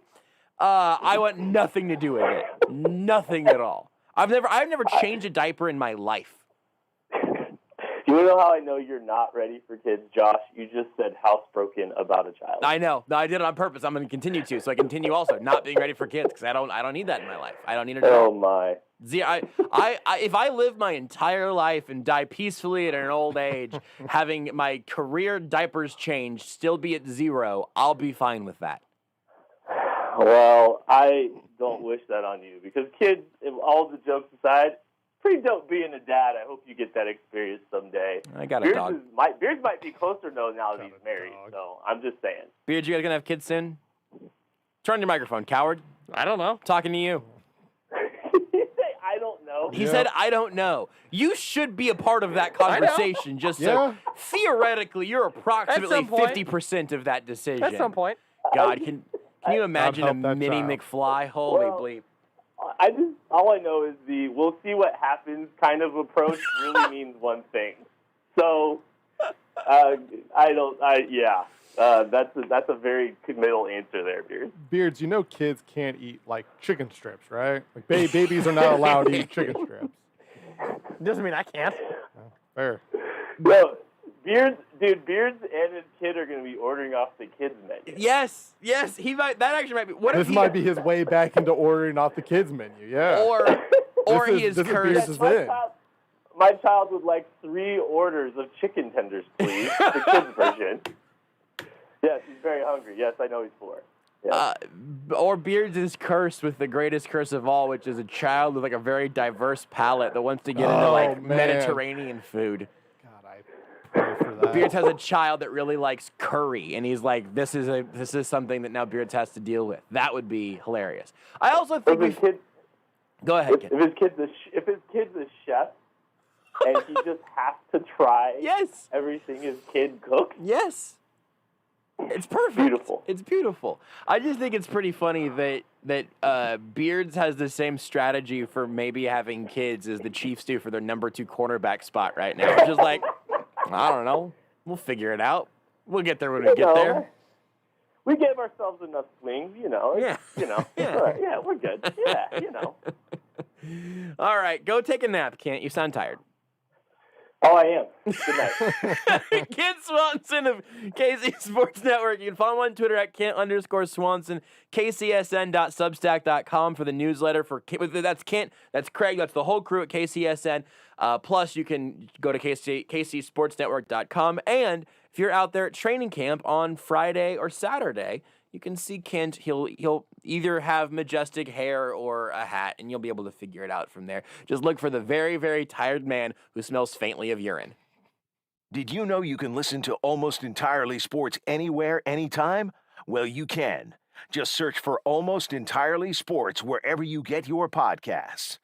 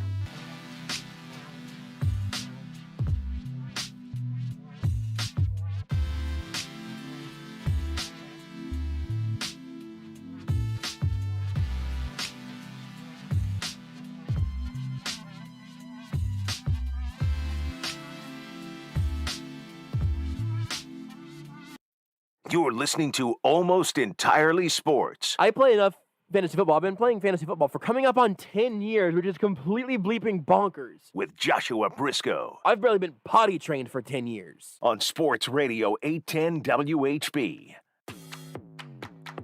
Great line of work, Beards, per usual. Here's something. You know what? No, I got to do this thing first. Hold on, self. You stay right there. Thanks again to Kent Swanson for joining us. KCSN.substack.com for their newsletter. Great work there. You can follow him on Twitter at Kent_Swanson. And I'm going to say that covers some training camp coverage. And our training camp coverage here on Sports Radio 810 WHB is brought to you by Mike DePasquale and the law offices of DePasquale Moore. If you or a loved one has been hurt in a car wreck, remember, Mike's got this. I hear that jingle in my head 17 times a day. Who's got this? The choice of a lawyer is an important decision and should not be based solely upon advertisements. Also, Chiefs training camp coverage on Sports Radio 810 is presented by Bud Light, the official beer of your Kansas City Chiefs, and by CBD American Shaman. Over 40 local locations. Come in for a free sample today. CBD American Shaman. Life is better with the feather. Also, one quick reminder here, coming up on August 10th, we got the 810 Listener Golf Tournament. You can sign up today at 810WHB.com to the Fred Arbanas Golf Course in KC Mo. Tickets are $108.10 per player. That's 10810. There's a dot after it. You get it. Yeah, I didn't know if that made sense previously. That dime helps. It's a huge deal. No, it's $108.10. $108.11. Wouldn't pay it. No, absolutely not. $108.10. $108.09, not fun. Nope. 108.10. To sign up there, and that's not just to get on the course. That is for your golf. That is for your cart, your welcome bag, your drink tickets, breakfast, and lunch. Again, Fred Arbanas Golf Course in KCMO. 810WHB.com for all the information, and if you want to sign up for yourself, that is on 8/10, August 10th. Also, you see what we're doing there, Rudy. I know that you're not always the quickest on. This is the day after my dad's birthday. And that's why we're doing it, Beards. Yeah. It is. It's my birthday month. It is the day after Beards' dad's birthday listener golf tournament. That just happens to also be on 8/10. I mean, we're gonna be busy that day, so it's I'm glad we pushed it back a day so that we could have that. Dumber bit than usual. Are you surprised? No. There were some Twitch comments that did make me laugh over the course of that segment. Periodically, but periodically. It's a good Twitch username. Good job, periodically. Said they started listening at a very odd time. Pyro? No, that's a different person. Yeah, but we can have multiple pyromaniacs in the Twitch chat. He just might have also changed his name. Ice Pyro is not commented today, so maybe it's Ice Pyro. I guess that's true. Either way, it's a good name. Yeah. So I started listening at a very odd time. Presumably, when we were talking about urine. That was funny. But then S. Wallaby said, definitely seems like Josh hates my cues. He does. And then Gardiak said, yeah, his face said it all. And I saw that, and I really did realize how my face almost certainly looked during all of that. And then S. Wallaby said, just fantasizing over talking about Bashad Breeland, which we did ultimately get to, fulfilling my darkest, deepest fantasy, which is just simply talking about Bashad Breeland on the radio. That's what does it for me. Unmark that, Beards. No. Kent retweeted this. This made me very happy. Did you guys see the thing about Kelvin Benjamin earlier today? So somebody tweeted that, he left in a tizzy and stole a bunch of food on his way out. I didn't see that. Well, it was from a fake account, but it got a ton of people. Well, hold on. Dove Kleiman. I think the main person who fell for a bleep ton of people retweeted it.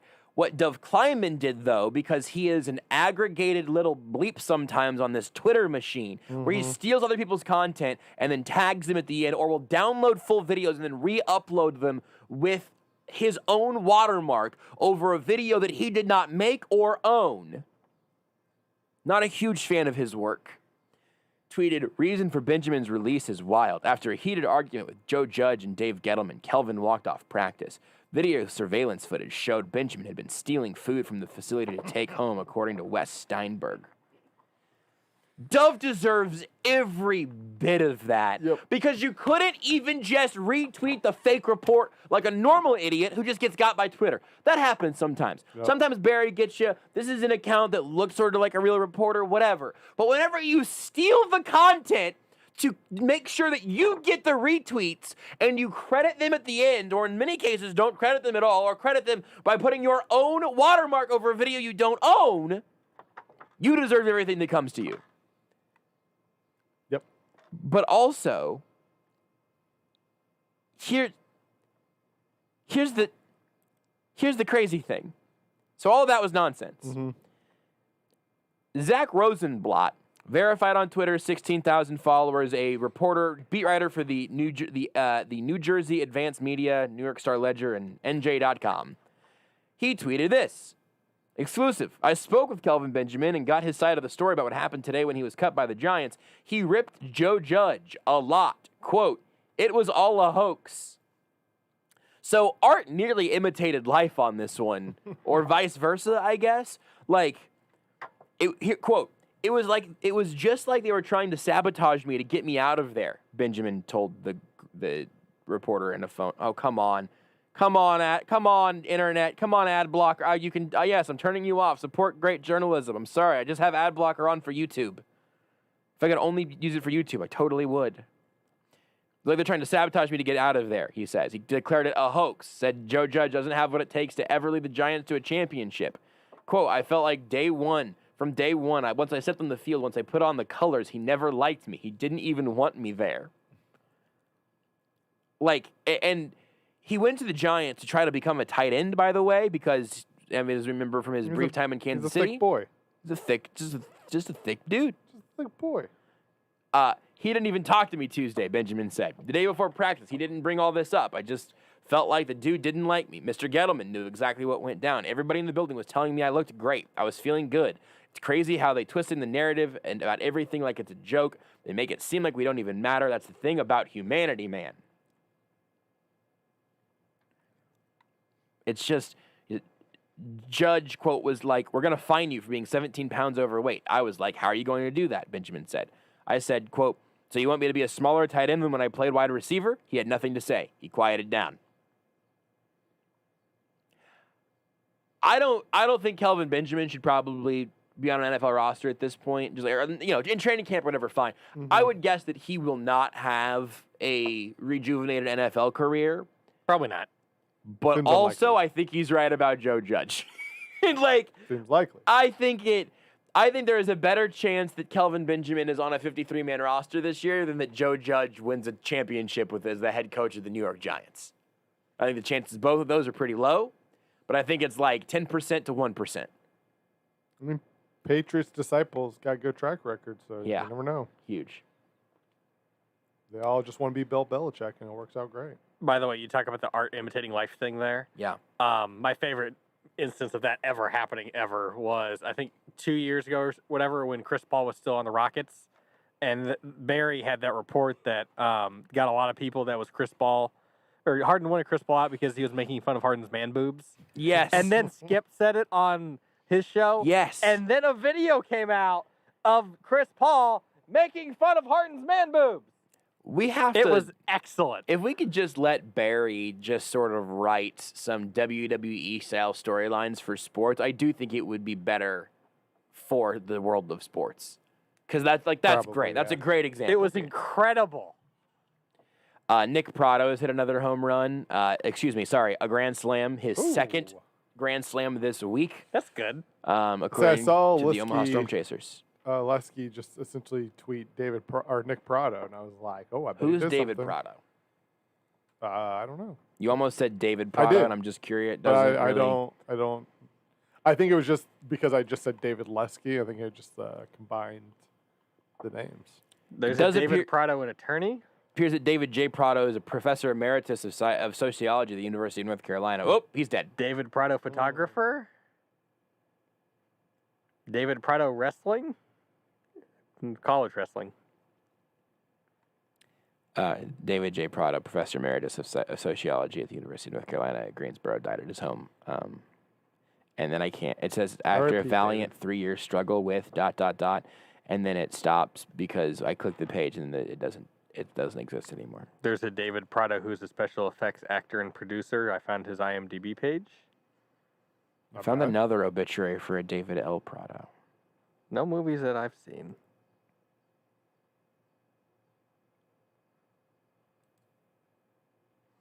I think at least twice now in the history of this show, we've sort of accidentally ended up on obituaries, and it's not good for the energy of the show. To be fair, if it only happening twice is a good job by us. Especially because if you Google a name that is not necessarily associated with the famous person, one of the first things you're going to find is going to be,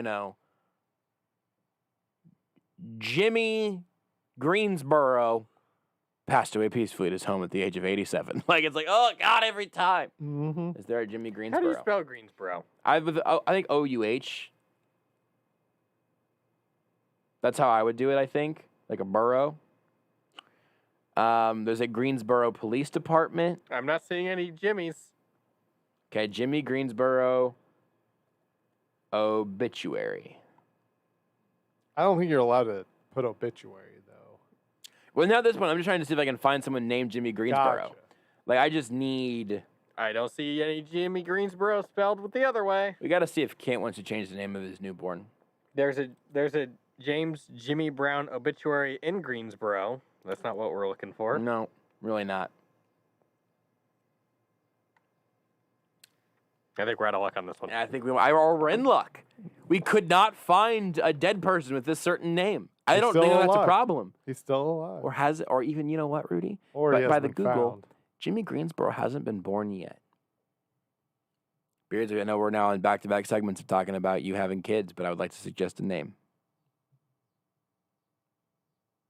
Chewy. Jimmy Greensboro. Chewy Blue. Or, did you say Chewy Blue? Yep. Chewy Blue McFly. Did you do that on purpose? Yep. Okay. Got a little bit of everything. A little Star Wars reference, a little commercial reference, a little McFly reference. It's it all. I think we'll be skipping that one, but thanks for the suggestion, Rudy. How about Skip? Skip Greensboro McFly. Oh, even better. Skip Rudy McFly. Oh, no, we're going different ways. I think your first two kids should be Skip and Shannon. Hey, welcome to our home. These are our kids. They're undisputed. Take the show with you wherever you go. Listen live on the Sports Radio 810 mobile app and 810WHB.com.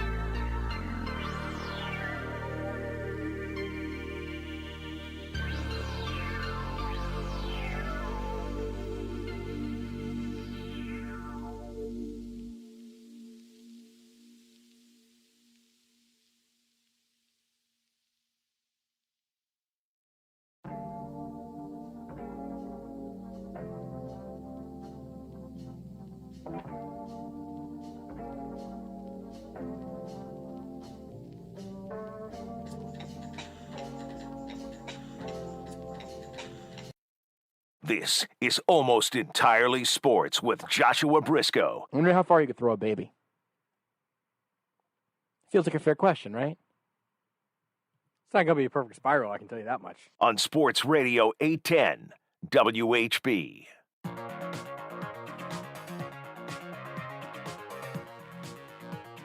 How far do you think I can throw Beards' fictional baby?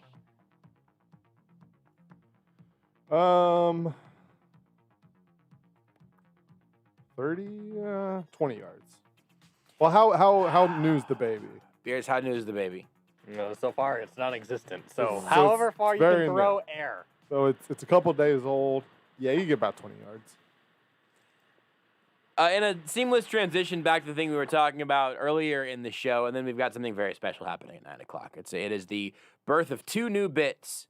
It is both the birth of new bit or old bleep, and also the first bit up in the game of new bit or old bleep is a tier list that I'm going to make. We'll make all collaboratively, but I'll have it on my computer for various forms of chips.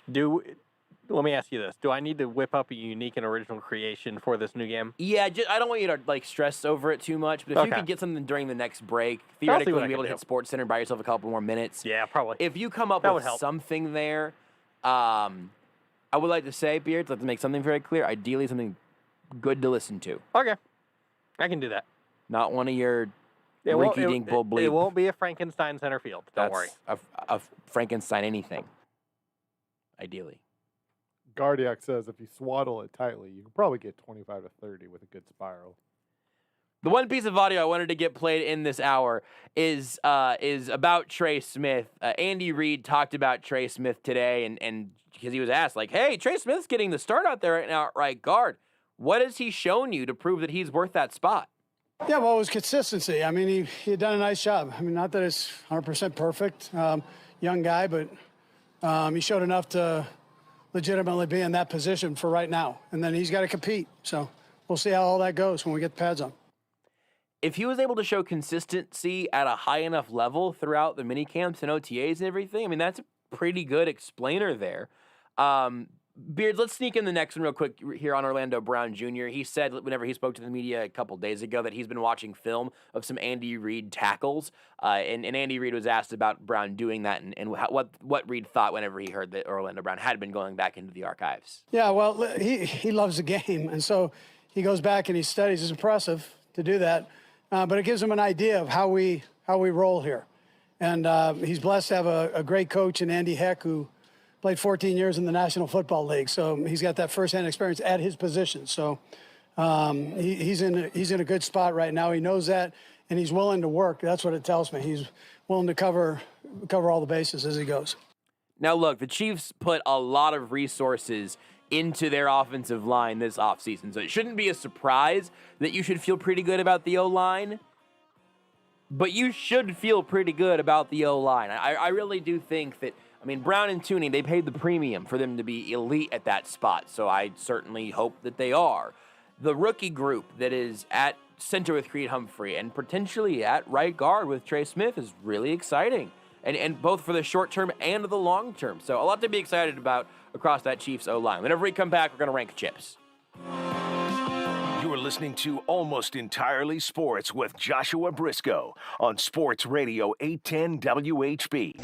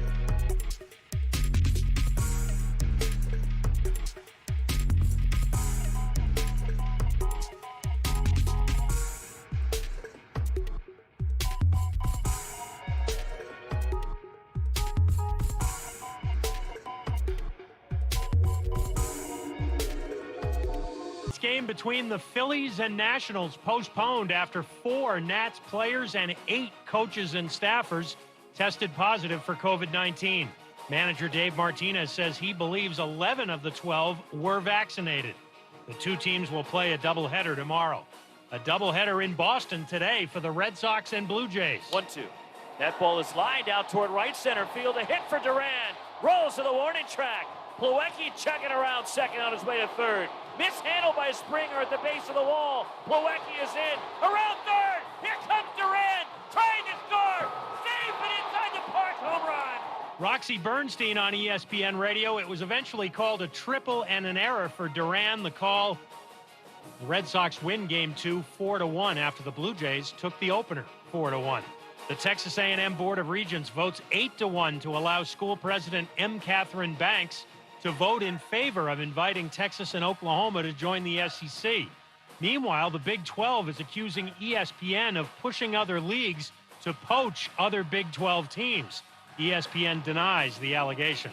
At the Olympic pool in Tokyo, American Bobby Fink comes from behind to win gold in the first men's 800 freestyle race. The 2-time Stanley Cup champion Lightning signed center Braden Point to an 8-year contract extension worth $76 million. And on the first day of free agency, NHL teams have committed more than $550 million in new contracts. It's Shea Cornett and Thursday on Keyshawn, J. Will, and Zubin. The one quarterback, Bart Scott, thinks could take a Josh Allen-type leap. And where in the world is the Jets franchise quarterback? That's Thursday morning on ESPN Radio.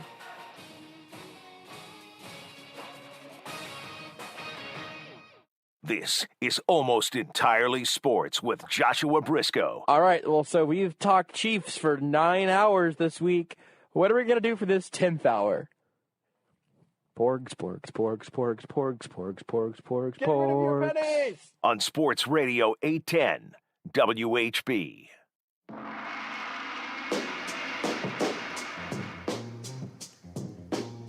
This is going to be our last Almost Entirely Sports until Tuesday because there's no show tomorrow. Then I'm doing the program on Friday and Monday. I also have some Sports Saturday for you, so you're not going to miss my voice. I'm going to be all over the place. NBA draft tomorrow night. But I wanted to make sure we paid off on this idea that we had yesterday. So we don't have our usual 9 o'clock top of the hour guest or any of that nonsense because we are here to do 2 bits at once. The first bit is to open up this new world of new bit or old bleep, which is when we introduce a new bit to the show and see how it works and see how it does. We have our shot clock reviews. We have our headlines. We have, is that it? Is that it in terms of actual bits? Generic nonsense? No, not a bit. A bit has to be something you can go to the well for, right? Like, it's like, you know what we're going to do here? Power rankings. Power rankings are a bit, you know, we've got a few. But I think it would be good, especially heading into the month of August. We're going to have shows most nights. We need an adult. That happened like once. We did one time, so that might have been old bleep in the new bit or old bleep situation. I just think we haven't gotten to the well on that one again. But I think you're right. But there's that one. It's trending towards old bleep. Remember the one time we opened up the phones and said call and ask advice questions? And I don't think Rudy was here for that. Was that a 1510 thing? It was down here. It was late at night. I don't think in my entire time on the show has the phone lines ever been open. Top Shot. That's trending towards old bleep. Top Shot was a new bit and is definitely trending to old bleep. But right now, here's the first thing in new bleep or new bit or old bleep. Eventually, I'm gonna Beers, just so you know. Please don't. Eventually, I'm going to. No. I'm just telling you. I'm warning you. It's not a threat. Don't do it. It's not. I'm trying. I'm gonna do my best, but I say it quickly enough, and eventually, I'm going to bleep the wrong word. I'm gonna say new bleep or old, and I'm gonna bleep it up. But this new bit is going to the tier lists. Tiermaker.com is an incredibly popular website for ranking things, and last night we found that there was one made with a bunch of various types of chips on the screen. Beards, you may go ahead, and for the visual audience, you can watch along on the Sports Radio 810 Twitch, Facebook, or YouTube channels. And otherwise, I will make sure we're talking it all out visually or audio-wise, and we'll have to all work together. Here's how the tier list works. You have A, B, C, D, and F tiers. That's just how grades work, right? But you also have the S tier. They're at the very, very top of all, the elite of the elite. So with that in mind, you guys ready to rank some chips? Let's do it. Let's get chippy.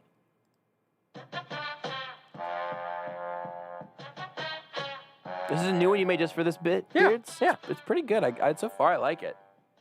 Let me see I'd like a little pickup here. Oh, it's perfect, Beards. Great as always. I think I'm just going to try to go through the order that is on the screen here. Would you like me to pivot it for... I can A little bit. Is that better? Yeah. If there are any that none of us have tried, we could probably just leave them off the list. But if any of us have any strong opinions here, I want to place everything. So, let's start with a big gun here. Mm-hmm. Cheetos. It's just your standard Cheetos. A tier. So that's what I would say. Really? Okay, I was thinking of B tier. Cheetos are addicting, man. They are. That's true. They are. These And are. they're I unique. assume. Well, question: are these crunchy or puffy? These are your standard cheese-flavored crunchy Cheetos. Okay, crunchy. Not Yes. puffs and not hot, not flaming hot. Yeah, but not the jalapeno ones. I just because I would say standard Cheeto is actually puffy. I not just the think that I think crunchy. that's chronologically wrong. But I mean, I guess I don't know. My first memories of Cheetos are as like the puffy kind. Point being the crunchies, yes. I think A tier is fine. I would put them in B tier, I think, myself, and then save A tier Cheetos for the jalapeno ones and for the flamin' hot. But I'm fine with that. You're correct though, by the way. Crunchy Cheetos 1948, Cheeto Puffs 1971. Still way sooner than I would have Baked expected. Cheetos 2004. That seems right. What about the the sweet chili Doritos? The Doritos in the purple bag. I don't think I've ever. You may have to Google purple bag Doritos and see. I think it's like sweet chili something. Yeah, I haven't had a lot of Doritos. Yeah, okay, I know what you're talking about. I do not believe I've ever had them. It's possible I've tried them once, but I started Googling purple bag Doritos, and the first thing that came up was vegan. No, I don't think. I mean, they might be, I guess, but I don't know. Spicy, yeah. I got them here. Spicy sweet chili flavored. Yeah. So I like spicy things. I like sweet things. I like chili things. Have either of you guys had these? I don't believe so. No. I'm going to put these at D tier because they make my mouth feel kind of weird, and they are too sweet. They're too sweet. Not that I don't enjoy them that much. How do you guys feel about doing a Dorito blitz here and just doing all the Doritos all at once? So you're quarterback here. You're gonna find I don't care for Doritos personally, so I'm gonna be a lot lower on Doritos than the rest of the people. That's all right. Their commercials are excellent. We got a three Usually. team. We had a three-team conference. I'm out here just running the play. You tell me where to go. I'll run that route. There is a green bag of Doritos. One of you Google what that is. The text is too small. I don't know that I've had these. These are the salsa verde flavor. So I'll tell you this much: I love salsa verde. So It sounds like they're probably good. And I generally like Doritos all right. I would feel safe putting these as a B. I was leaning C. Where are you leaning, C's Beards? fine. I have not had them. I've never had them, but I love salsa verde flavor chips. So I'll keep this in mind also for the sake of keeping it moving. So like sometimes, and I don't know if you came with this, but I've seen some where you can actually put them like in the middle, like on the line. I to can where it's make them B, a high C or a low B. Yeah, so as maybe we it's go. like a you know what I mean? It's in between the C and the B. I think you can edit those tiers. For the and make sake it. of keeping it moving, I'm gonna put it as a C right now. fine. And if we come back around later and we want to adjust I mean, at the end, I'm happy with I've never that. had them, so That's not also like, fair. I'm not gonna fight over it. What about the pure unflavored Doritos that are just sort of tortilla chips? Are those the thing? Yes. Yeah, just the normal. Sort of a Doritos. vintage bag. I think I've only had them a couple of times. I'll tell you this: I love a corn chip. These are a pretty good corn chip. I do love a corn chip. I would drop these at B tier pretty confidently. They're not the traditional Dorito format, obviously, but they are pretty good. Let's go traditional nacho cheese Dorito here. How do you guys feel? I like a C tier. Probably B. They're better than average, but they're not. And they're iconic too. I mean, they're like not they special are necessarily to me. I think they deserve a B tier because they are if you say, hey, will you grab a bag of Doritos? You expect someone to come home with that bag of them.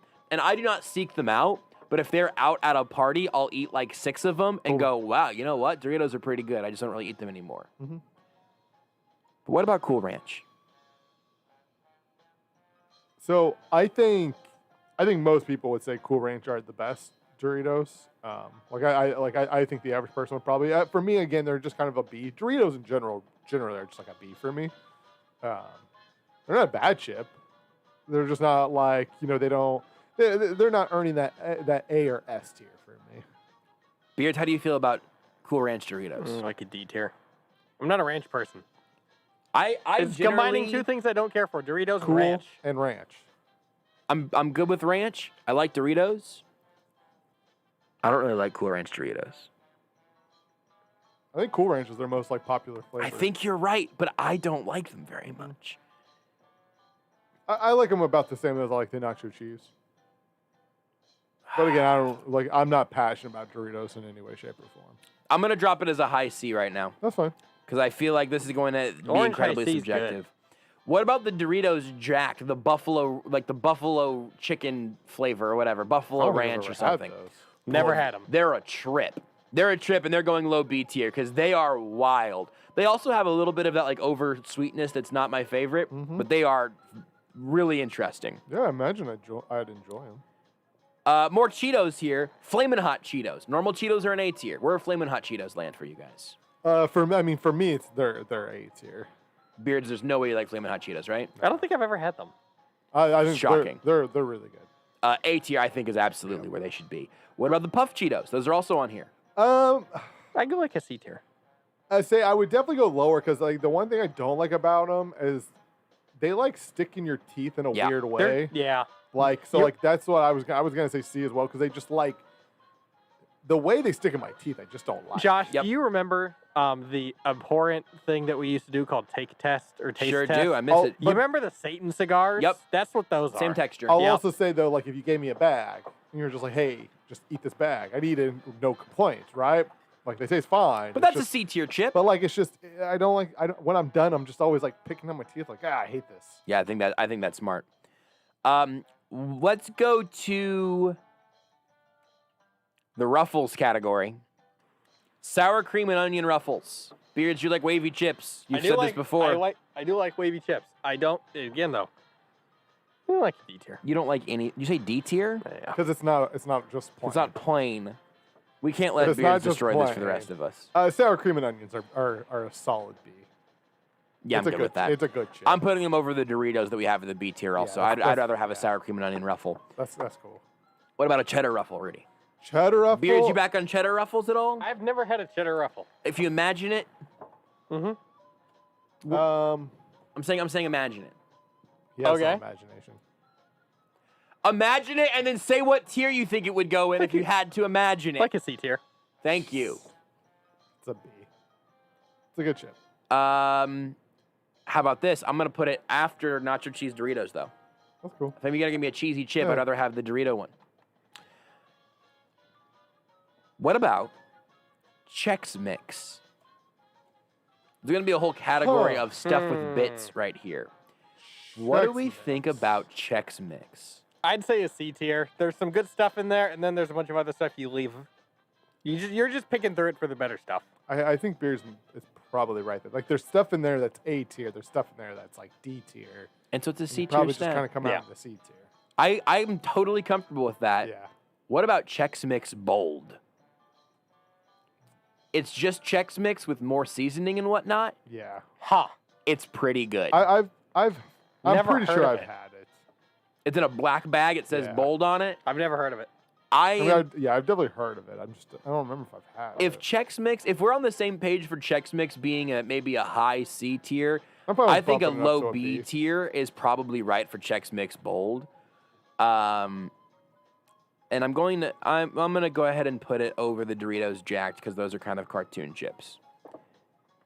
But the Chex Mix related game is not over. Because I need to know what you guys think about whatever that other brand of similar mix is called. And what's that? Gardellos? Never. Oh, yeah, Gardellos. You've never had it? No. We had a bag of it during the Super Bowl post-game show that we did until 6 a.m. Jason brought some in. Yeah, Gardettos. Gardettos, thank you. It is like fancy Chex Mix. Yeah. And it is better than Chex Mix in my book. Yeah, 100%. The question is it an A tier or is it just a higher B tier than Chex Mix Bold? I'd say a B tier. Probably a higher B tier. That's right. It's still kind of the same issue with Chex Mix, where you're just kind of picking through it, but there's better stuff. This is more a question for Rudy, but how do you feel about splitting it between sour cream and onion Ruffles behind those, but ahead of Doritos, nacho cheese flavored? I think it's good. Yeah. I feel like that's a good variety there. Yeah. Are either of you guys combos guys? I've Give it a had gas combos. station? Yeah, I've definitely had combos before. It's been a minute, but I've had them. No, I have not. I think I've had a couple pepperoni pizza I was gonna combos say the here. pepperoni pizza is like their most iconic one. Yeah. That's definitely their most popular. It is. It's probably the only one that I've had, and it's a good road trip chip. Road trip chip. It's a road chip. It's a road chip. It is a road chip. It's probably a high C though, or middle C if you're comparing it to like all the chips, right? I think it's kind of what you get because you only ever see it in a gas station on a road trip. Yeah. And so it's a very niche, chip. But I've put the pepperoni pizza one behind the Chex Mix ahead of Cool Ranch Doritos. Are you a bigger Cool Ranch Dorito fan than that? You can make that choice for me, Rudy. I'm not passionate about Doritos. Okay, so I've put the cheese combos after Cool Ranch Doritos, but ahead of Puffy. I'm gonna put it behind the Puffy Cheetos. I would rather have Puffy Cheetos. The pepperoni is definitely their better one. So yeah, I think that's the right placement of the combos. Okay, we're going to get into some very controversial territory here. And I don't mean current events because, by the way, I'd like to go ahead and make this point now. Apparently, Frito-Lay is a terrible company that's done terrible things with its employees, and I'd like to make the point that I'm aware of that and that none of that is currently why am I not surprised? Impacting the fact that we're ranking chips by flavor, not by if it's a bad company. And if you want to boycott PepsiCo and Frito stuff, I totally get it. Mm-hmm. And maybe we should be doing that. That is all independent of the silly chip ranking we're doing now. Is Dr. Pepper part of Pepsi? Let's talk about Fritos. Oh boy. Have you guys had the twisted ones? I gotta Google. You gotta find what this like. There's a honey barbecue. Oh yeah. Hey, Josh. The honey barbecue. You've twisted. eaten those. Yes, I've seen you have those. Not only have I eaten those, there was a time in my life where that was my go-to snack. Beards, have you had these before? No. They are. Say it. Truly elite. That's an S tier snack. It is an S tier chip. It is an S tier. So good. They are very if you are not such a fan, I would drop it as an A tier because I've got some more controversial stuff coming. Mm-hmm. But if you are telling me that as an S tier chip for you, I want to respect that. Yeah, it was. It's a good snack. It is. That was for years. It's been a while now. Like every now and then I'll see them, especially here at our every now and then. Like I don't get stuff out of our vending machine a lot, but when I do, every now and then I'll see it. I'm like, you know what, I'm gonna roll with that. But like there was a high school, junior high, man, I was eating a lot of those things. Similar vein, what about the chili cheese Fritos? I don't know if I got super big into chili cheese, and that's part because I think at this time when I was eating the barbecue one, I just wasn't a big fan of the chili flavor for whatever reason, and so I never fully got into them. I think it's probably maybe a high C, low B. Oof. Beards, what do you have any? Have you had those before? I wasn't big on those. They're ones. so interesting. I'm not much of a Fritos person. Have you ever had a Frito? Yes, I have. I can go. He's mad at me for asking the question. Right, right. How dare you ask the very reasonable question considering who I am? Here's what I'd like to do. I think I'm going to put the chili cheese Fritos behind the cheddar Ruffles in the sort of the middle of the B tier there. I can work. I'm good with that. But I need to talk about plain Fritos. Now, here's the thing. They're fine. Here's the thing. Fritos scoops are not on here, and so I'm sort of projecting a little bit onto Fritos scoops. You're just kind of eating. Oh, okay, I get what you're saying. I'm saying that if Fritos scoops were on this list, I would not be making the pitch I'm going to make on these normal Fritos as much. Mm-hmm. But because Fritos scoops are not on here, here's something that I would like to say for all to hear. Fritos scoops are an S tier chip. Oh boy. You can eat them by themselves, they're delicious. You can dip them in hummus, they're delicious. In a chicken salad, they're delicious. Those are 2 things that I did today. 3 things. I've also eaten them by themselves. You can dip it in anything. You can dip it in guacamole or salsa if you want a little Mexican flair. Yeah. And also, it is delicious on its very own. I can get you better chips that you can dip into all those You things. can't, though. I can. Fritos Scoops I can think of might multiple be the things. best chip that has ever been invented. No. Just, No. I It's not even the will. best- I don't think it's the best scoop that's been No. invented. Agreed. At what? Are you guys going to Tostitos Scoops? Because those are on here. Yep. Those are garbage. Those are not very You good. gotta get the salsa verde. The ones. texture is not right. Salsa verde They crack up and hit you in your Tostitos. mouth. They're not. Fritos you can scoop and then still get it in your mouth. You scoop a Tostitos scoop and you gotta unhinge your jaw and fit an entire like mini quiche in there. They're tastier though. Putting the wrong scoops. Plain Fritos are S tier. I don't know about that. I don't. You guys, we can all have our. You can all have a break You glass, wanna whatever, die, if you yeah, want. That's the I'm dying on this hill. We can do that. I've got one I'm for fine later. with that. Everybody's gonna hate. Okay, well, I might Oh, choose. God, I might choose I to hate not it so respect yours. much. What about munchies? We're kind of back in the Chex Mix territory, but it's all a little bit cheesy. Got Well, I some mean, there's Sun a, Chips there's in a there, time some and a place Doritos where in I there. like the little munchies, but It's a good snack. oh wait, we're talking about the chips. Yeah. I've never actually had. Never had. I've never Flamin' had Hot the. version, I've never sounds had great. the chips munchies. Oh, really? Yeah, I honestly had never heard of them before until just now. I'm gonna drop it right behind the. I'm gonna drop it behind normal Doritos because that feels about right. And the Oh, Flamin' it's- Hot Munchies, I'm gonna do something It similar. is got so it's got Doritos and Cheetos and Sun Chip. Oh, Yeah, and some pretzels and yeah, it's really good. Interesting. I like them a lot. I did not know that these existed, but now I'm intrigued. What about plain, just traditional, normal Lay's potato chips? Classic. I'd go an A tier. I think they're I agree. iconic. I think they're good, but I think wavy Lays are far superior. I disagree with that last point, but I agree with everything you said before that. Also, I don't think I see wavy Lays on this list. How dare they? So I'm gonna drop them. How do you guys feel about between regular Cheetos but ahead of Flamin' Hot Cheetos in that A tier? That's fine. Feels about right. What about sour cream and onion Lays? I'd probably put them as an A tier. I'm a big sour cream and onion. Would you rather eat sour cream and onion Lays or Cheetos for the top spot in the A tier right now? I think I'm at this moment in time in my life. I think I'm a Cheeto guy. All right, Beard, do you have any strong opinions? Unfortunately, the S tier Cheetos. I'd put them after normal Lays, but that's just me. I do not believe. I like sour cream I can onion do that. Lays more than the normal Lays. I But do I don't care that much. I like them slightly better. It's a 2-1 vote on that front. But I don't think they have the best Cheetos on here. It doesn't look like. The best Cheetos, that's the jalapeno ones, right? Oh, yeah. Those are That's S tier. that's an S tier. That's an S tier, absolutely. It's it's We're so just good. ranking what's in front of us, folks. Yeah. We didn't make My guess is the teams. S tier Ruffles aren't on here either. No, they're not. Are those the sour Something cream tells- and cheddar ones? Nope. 'Cause those Something might be tells S me tier. me and Beards' S tier Ruffles are very different. What are your guys' S tier Well, ruffles? his is assuming they're not obviously here? the original. Wavy Lays. Just They're not ruffles though. Those are different. No, I yeah, know. Ruffles and Okay. yeah. I'm talking about Ruffles, like the Ruffles chips. Ruffles are good. I think the best ruffle one is like the sour cream and onion cheddar one. Those are wild. What's your S tier one? Have you ever had the jalapeno ranch? Oh, I have because you've told me how much you love them. It is so good. There's a trend here. If it's jalapeno flavored, I probably love it. Yeah. Hey, Josh, can you turn the brightness down on your screen just I a just turned it smidge? back up so I could see it again. But yeah, Just a smidge. I'm There starting you to think this might not be the best system for streaming this. Well, you know. There's no good system. In the Lay's category, That still technology hasn't been perfected yet. barbecue Lay's. S. Easy. I think they're like a B. How I don't they're- dare I think They're- they're like a C. you They're both? I mean, they're not bad, but they're not that. They're good. excellent. They're not that good. So They're unbelievably really not that addicting. good. They're not They're that not. good. Yes, they are. They're not. I Yes. can turn them Really down not. very easily. Yeah. I Fine, do give it them to all me. the time. Give them to me then. I'll eat them. Well, I'm just not buying them. I frequently, if like I see them at a I kind of dread if they're the only chip at Yeah. like a barbecue or the only chip left. I kind of dread having them. Yeah, I don't really like them that much. Yeah. F tier. I won't go that You're far. both terrible.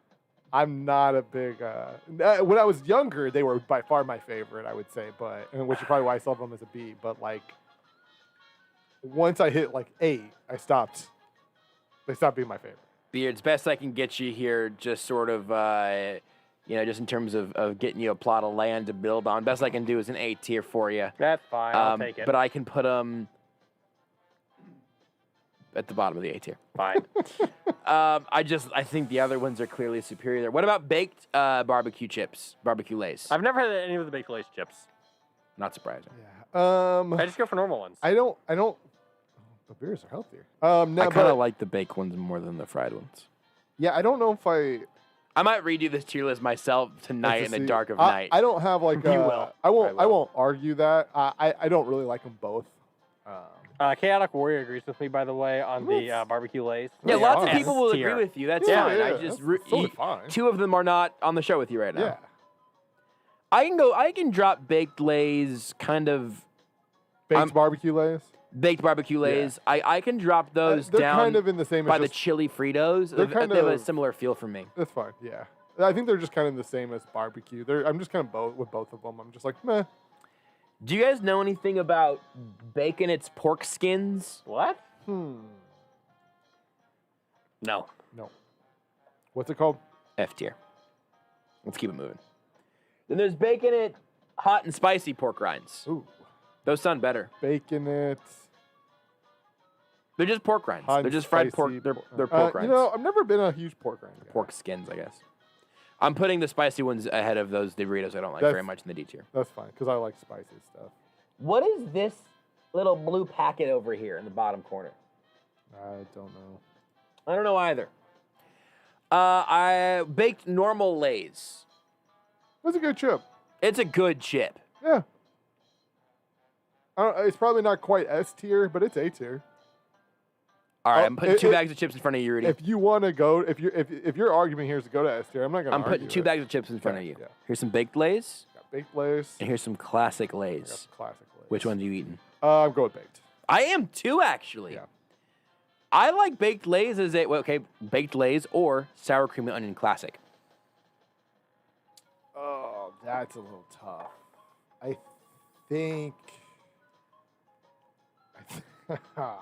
think I might go sour. I agree. cream. I Yeah, agree. I think that's exactly where it splits. Yeah, I think that's right. What about kettle cooked barbecue Lays? Does that Okay. get you there, Beards? And your S is that close enough to? Do you like kettle cooked chips? I like I've Cape never Cod had chips. These are basic. I mean, they're Lay's Yeah. barbecue kettle cooked. Okay. Ooh, the Cape Cod jalapeno chips. I had those today. Woo. Good chips. I need some input on these because I would rather eat these than the normal barbecue Lays. So I was willing to give some ground Yeah. to Beards if he wanted to push for it here. But if you haven't really had them, then I think that they're more honestly a B tier chip. That's fine. Go with it. I'm gonna put them We broke beards. ahead of the baked ones. I'm also bringing those jacked Doritos down to a C tier because I really feel like they're more comfortable there. One doesn't belong. Like one of these does not Yeah. look like the other. How do you guys feel about Sun Chips, generally speaking? I've got two flavors of Sun Chips here. So Go ahead. I've never had like a Sun chip that I didn't enjoy. I really like Sun chips. There's also there's Lay's kettle cooked jalapeno chips. Oh, okay, that's whew. It's been years since I've had a normal Sun chip, but I liked them when I had them. I'd give them like a B tier. I really like Sun Chips, sort of where I was leading the crowd there. Yeah, I would probably do for what are the two flavors? Cheddar The and sour cream and onion. Gotcha. Not the two that I would necessarily Yeah. pick, but both I really like very good. is it tomato basil? There's like a garden. Yeah, it's like a garden salsa. I think yeah, is what it's that those. very, I think very those are good. the best. But, Those cheddar ones, they're both very good. Yeah, I'm a big. I like Sun chips. I only really ever have Sun chips if I end up at Subway, which is not often, but it's just like at Subway Yeah. has Sun chips, and so it's just always my like go-to Subway chip is the Sun chip. How do we feel about? Do we like both of those as high B tiers, or can I go cheddar high B tier, sour cream and onion low A tier? I'm fine with that. I would rather eat those than sour cream and onion Lays. I think. I'm fine but with that. That's not how I have them set up right now. Here's a curveball for you: Funyuns. I've How never long had a is- Funyun, but it's also they're very funny. Um, They're not- ironic. I'm not a big Funyun guy because obviously I don't really like. They don't obviously taste like onions, right? Like I can eat a Funyun, but it is got a onion taste kind of to it. I'm also not an onion person, so I'm Yeah. kind of on Rudy's side with But this. they're not bad. It's not like they're not as bad as an onion, right? Like where I hate onions. I can eat a Funyun. I have I'm moved totally cheddar fine with it. combos to I D don't tier. like the Funyun. and I have put the Funyuns behind the Cheetos Puffs on the C tier. They feel very similar. They're very airy, and I would rather have the Cheeto. I can let the Funyuns lead off the D tier, honestly. I don't really need a Funyun. That's fine. Yeah. I'm still a Funyun guy. How about Flavor Blasted Goldfish? And then also regular goldfish. Double goldfish here. I think regular goldfish are like What's the flavor? a low B. What flavor are they blasting? It's important to know. Yeah, I don't know. Not on the picture. I think they're iconic, but I think they're also overrated. I would say that I wish I had a little bowl of goldfish that I could just nibble on. They're an S tier kid snack, but that's not what this is. I think Extra Beards' instinct on being a B tier is probably about right. Yeah. I would put them closer to the Munchies, but probably behind those kettle cook. Yeah. I do like how they come in like milk cartons, kind of. Also good. How do you feel about goldfish regular, kind of a low B, and then flavor blasted goldfish, kind of a high C? That's fine. I think I'd rather have the original in this instance. I don't know if I've ever had the flavor blasted, but it also depends on what the flavor that we're blasting is. What about Triscuits? Feels like there could be some controversy here. What kind of Triscuits? So just the original? Or are you talking the thin crisp ones? Original Triscuits. A tier. If it were the thin crisps, I would be arguing vehemently for an S tier, but they're not. I knew one of you two was like a massive Triscuit guy. I just couldn't remember who. I also have not had Triscuits in a long time. Yeah. I would crush some Triscuits right now. They're so good. They're like my preferred go-to car snack. It's just I'll buy a box of Triscuits and I'm just set. I mean, you are a weird pervert, so that makes sense. Yep. I think Triscuit as an A tier. Loaf of bread and a box of Triscuits. I like Triscuits a lot. I'm indifferent on them. Sea salt and vinegar kettle cooked chips. Ooh. Can't remember what the brand on this one is. Can't quite see it, but it's like that dark blue bag. You probably would know if you saw it. I think it's Cape. Cape Cod is Cape also Cod's on white. here. Is it? Yeah, with original Cape Cod chips are here. It's right here. Oh, okay. Original Cape Cod and then kettle cooked salt and vinegar. Because Cape Cod, if I remember right, like depending on their flavors, all their bags are different. So I was thinking the dark blue one was the salt and vinegar. I think they're all white for the most part. I just need a salt and vinegar kettle cooked chip and a Cape Cod original. Yeah, so like the jalapeno one is white and green. The salt and I think that's sea salt is white and blue.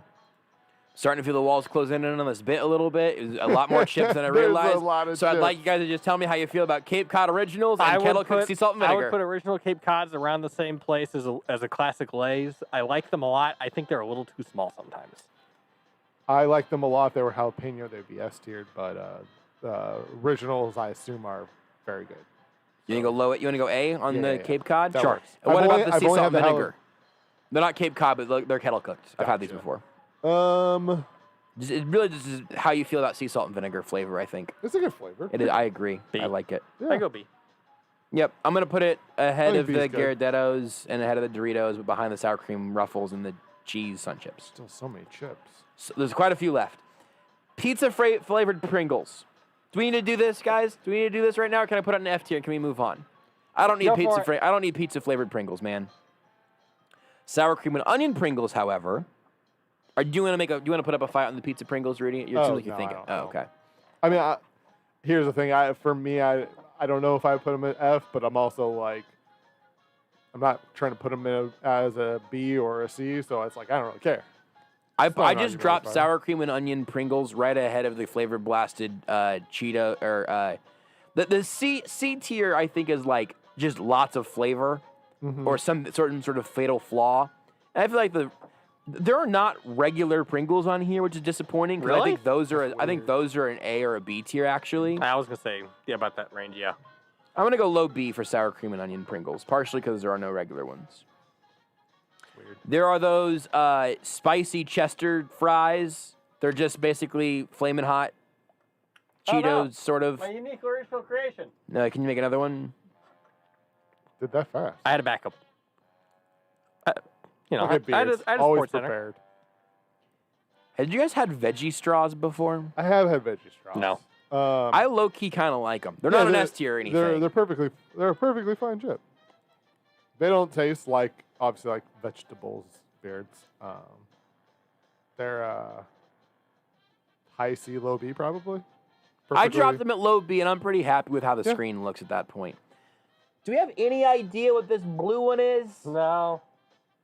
Where is it at? What's the location? It's the one that's in between. That's right after the Cheez-Its. And the head of the road. Got it. I don't. Pretzels. I don't have a clue what that is. Those might just get left off. This popcorn, this smart whatever popcorn. You guys had this before? Mm-hmm. It's not good. Not a chip. No. Not a chip. Not good. F tier. This isn't a popcorn tier. It's chip tier. Chip tier. Party-sized Tostitos. Not scoops, actually. A tier. Tostitos are good. They're just good. They're not. Yeah, they're not my preferred corn chip, but they're pretty good. The salsa. Better than Fritos, that's for damn sure. Try the salsa verde Tostitos. I've got. They are seriously. These are not verde. These are just salsa, looking like salsa. Yeah, How do you I'm feel just saying about the salsa? the salsa verde Tostitos are unbelievable, and there's also guacamole ones. They're also really bleeping good. I don't feel like these red-looking Tostitos would be good, so I put them in C tier. I'm kind of guessing. Wait, which one are the red? The red ones are the salsa verde.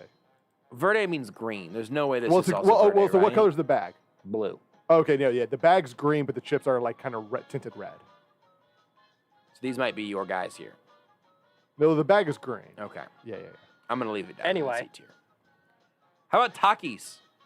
Never had Takis. Never had them. Really? Didn't really know they existed until I Jed just has a giant box full of Takis chips in Lebo's office that he snacks on. I've seen those in Lebo's office, and I thought it was weird that Lebo was a big Taki guy, but Yeah, it's but actually Jed Jed is a big Taki guy? That makes sense. Yeah. I'm They're spicy, I think, which makes me inclined to like them. I'm running them up there in the high C tier. The flavors are pretty good. The texture's kind of weird. I feel like it's wrong to have veggie straws that high, though. I'm really second guessing those veggie straws. I think veggie straws are probably like a C tier chip. I moved them back to C tier. They're perfectly fine. Rolled gold pretzels, just original pretzels. Ooh. It's not chip. I don't know. I'd kind of go in A tier. Whoa. Pretzels are good. Yeah, It's but not pretzel chip. sticks are better than That is twisted true. pretzels. That is true. Bigger pretzel sticks, a total game changer. That's also true. It's also not a chip. Fine, low B or high B. That's fine. I'll accept a high Put B. it as a D. I can't. Low B. D. I can do that. Final offer. I can do that. Okay. I accept. What is this blue bag of chips? We're skipping it. That's what it is. I need to put it on the list. It's an if tier. we can identify the brand, you are an F tier chip. Fine. Or an S tier. Your choice. 4 remaining. And I've saved these for some reasons here. You're a big Cheez-It guy, aren't you? I do love a Cheez-It. Hot and spicy. You know what? Original Cheez-Its. F tier. Whoa. Jeez. That feels a little extreme. My eyebrows just got burned off. You think that regular Cheez-Its are an F tier chip? Yep. You can only have 1 or 2, and then the taste is too much, and then I'm done for like the next 3 years of The trying them. taste is too. What do you mean the taste is too much? You mean it's too powerful? I don't like Well- Cheez-Its. They're not good. Beards is a little baby. Wait, but Cheez-Its are like babies like Cheez-Its. They're not good. I don't like them. True. F tier. I told you I had one super controversial one that everybody was going to hate, and this is it. Cheez-Its are bad. I've had this take before on the air. What about hot and spicy Cheez-Its? Love them. They're still Cheez-Its. I have What about them in white cheddar my- Cheez-Its? They're still Cheez-Its. Those Cheez-Its. white cheddar ones are fundamentally different. They have a different base. You cannot make that judgment on all Cheez-Its. Actually, I've never had I was Cheez-Its. gonna say I've never had those. He's only ever had. You think he's had the hot and spicy Cheez-Its? No, he's only ever had, and he had it once when he was like 5. It was the regular Cheez-Its. How do you feel about hot and spicy Cheez-Its, Rudy? I love the hot and spicy Cheez-Its. Like, They're to not, what tier they're list not, level? They're not an S tier, but they're a high B for me. I think hot and spicy Cheez-Its are an A tier. Okay, I'm fine with that. I'm fine with that. I'm gonna put them. You're not gonna hear me argue. I'm gonna put them after the Lay's, but ahead of Flamin' Hot Cheetos. I'm fine with that. Well, yeah. I'm fine. I'm good with that. White cheddar Cheez-Its. Now, if these were they're the Cheez-It Grooves, white cheddar Cheez-It Grooves are S tier, period. These are not those, though. These are the actual Cheez-It cracker. I'm going to just keep ignoring beards because we have the There's no filibuster here. Like you and I are the majority, and we can just vote on that. Yeah. I mean, I could turn your mics off and I just make it an FTR on my own. Yeah, that's fine. Host the rest of the show. You can go FT yourself. That, Beards. How do you feel about do just fine. How do you feel about white cheddar Cheez-Its, Rudy? Hey, Beards can give me 24 seconds on the NBA draft. We got a lot of breaks to fill, guys. We got 3 chips left. I just need an answer on white cheddar Cheez-Its, Rudy. How you feeling? Never had them. They're really good. They're a high B But tier. I like white cheddar stuff, so yeah, that works. What about regular Cheez-Its? We're ignoring Beards. I mean, my guess is I would like the white cheddar more, so probably after that. But Oh, still really? B. Okay, That's just fine my with that. guess. I'm okay with that. Last chip. I'm hoping that in this divided time we can find some unity on Bugles. How do you guys feel about Bugles? Fun to put on my fingers. Put it on your fingers. Yep, that's about it. Have you eaten Bugles in a long time? Not since like elementary school. I think Bugles are an S tier snack. They're the only ones you can wear on your fingers. Other than, I guess, Funyuns. I'm fine with that. But those are more rings. Just for the sake of this being over with, I'll agree with you. The fact that the other 2 S tier tips are both Fritos here is terrible. Well, let's do this. Let's take a break. When we come back, we'll reassess what we have. We've placed everything. You guys can look at this. You can look at the tier here, and we can come back and see if we want to promote or demote anybody. That's how we'll end the show. Want more Almost Entirely Sports? Watch the show live on the Sports Radio 810 Facebook page.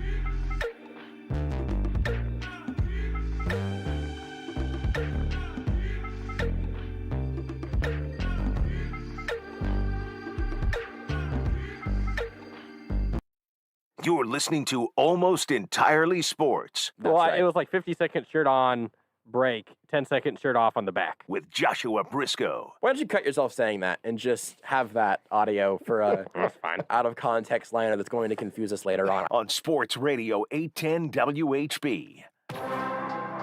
Beards, I got some bad ones, but that one is brutal. Brutal. Hoof. Do you want the context for No, that? no, I remember it. I don't Okay. want anybody else to. Okay. I'll just say this: it involved Jamie Bluma. They did. It hurt. Rub some Blue Chew on it.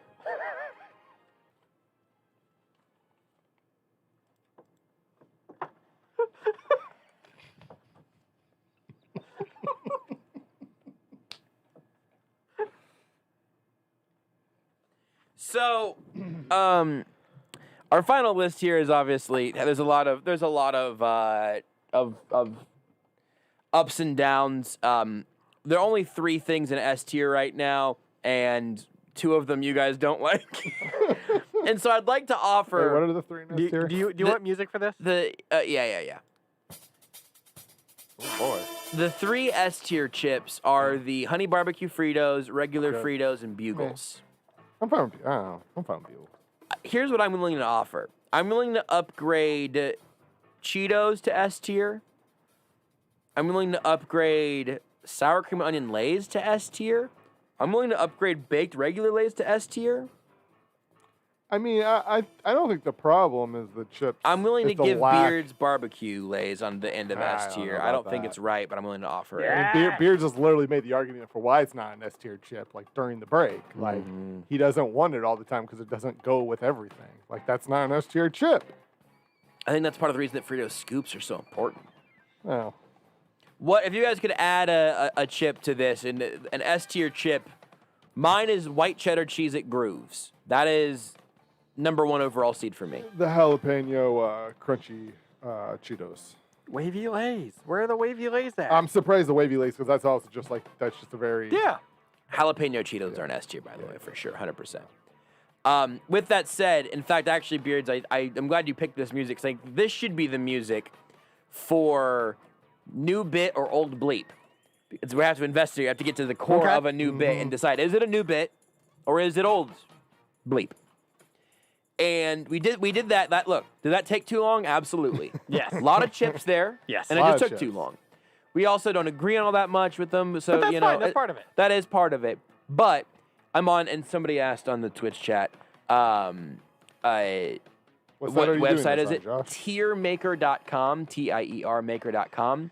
Let me tell you a few other things that I have found here on Tiermaker.com for other tiers we could potentially make if this is in fact a new bit. NBA GOATs. Ooh. 2020 NBA players. Ooh. Fast food tier list. Ooh. Okay.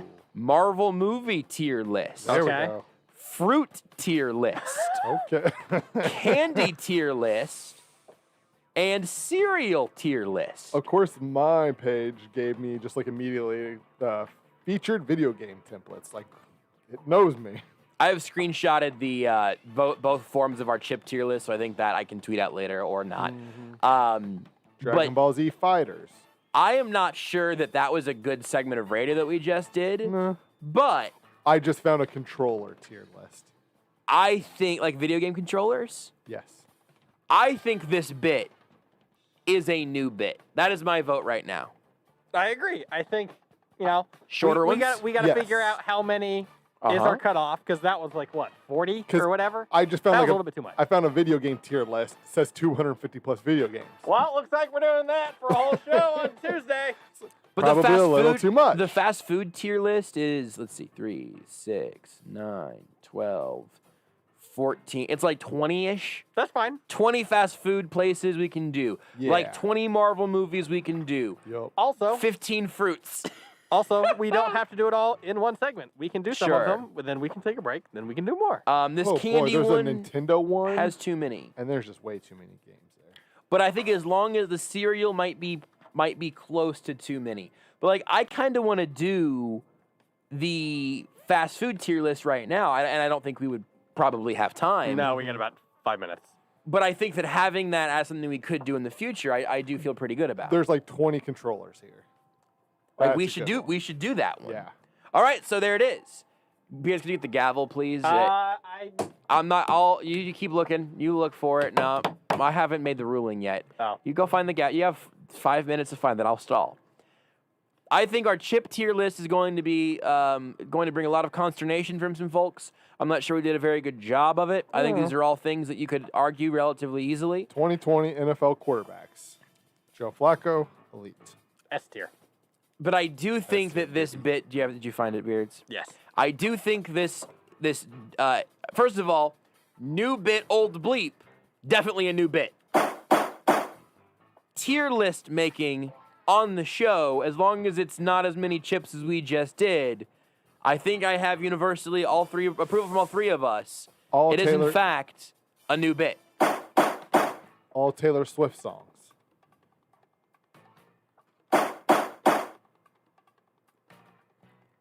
That's got to be a lot, right? Probably. Updated 2020, it says. Rappers in 2021. That would be funny because I don't know how many of those I know. Smokes! They're all color coded for each album. And here are the tier list titles for the Taylor Swift songs. I know what Josh is doing tonight.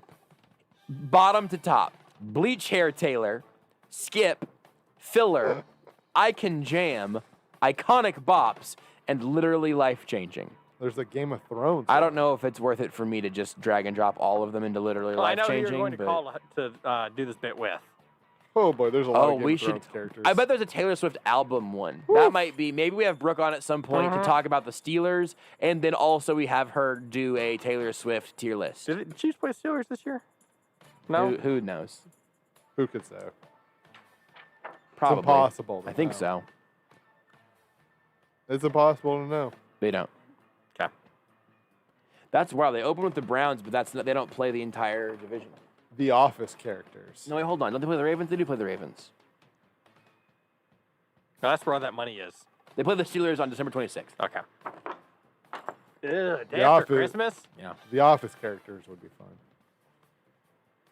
Yeah, I definitely think that this is a bit that could work out for us. Yeah.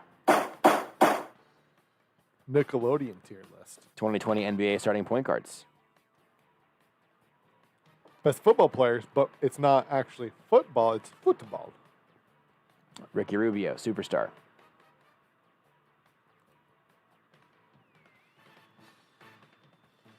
I want to do the fast food one, and I want to take the time to do a cereal one, but that one's probably just going to be for me to do and then tweet, and then for people to tell me why I think Apple Jacks actually sucks. But I low-key kind of do. What happened to the music? Well, we were getting ready for the showdown and I need to get the other music ready. You can't do both at the same time. Well, no, because there's only one. Could. There's actually only one cart. Yeah, we have been over this. That's a great point. We've been over it. The fact that also, I didn't know how much longer the bit was going on. The bit has never stopped. Oh, it's a bit one. NFL Color Rush uniforms. Favorite cereal, quick.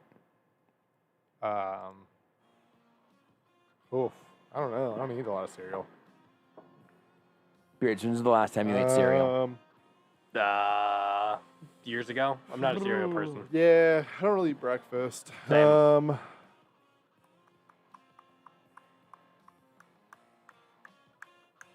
I don't know. Well, thanks, guys. Looks like we're not doing that one. I don't know. Yes, that one I will do on my Twitch at some point. Cinnamon Toast Crunch. That's a good one. You just saw one. Yep. But I like it.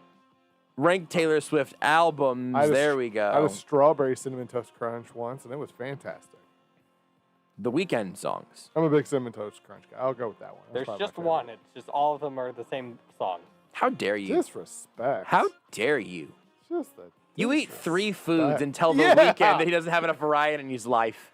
This is the last AES till Tuesday. I got a lot of other radio. I'll talk to you some of those other places. Bye, Mom. You are listening to Almost Entirely Sports with Joshua Brisco on Sports Radio 810 WHB.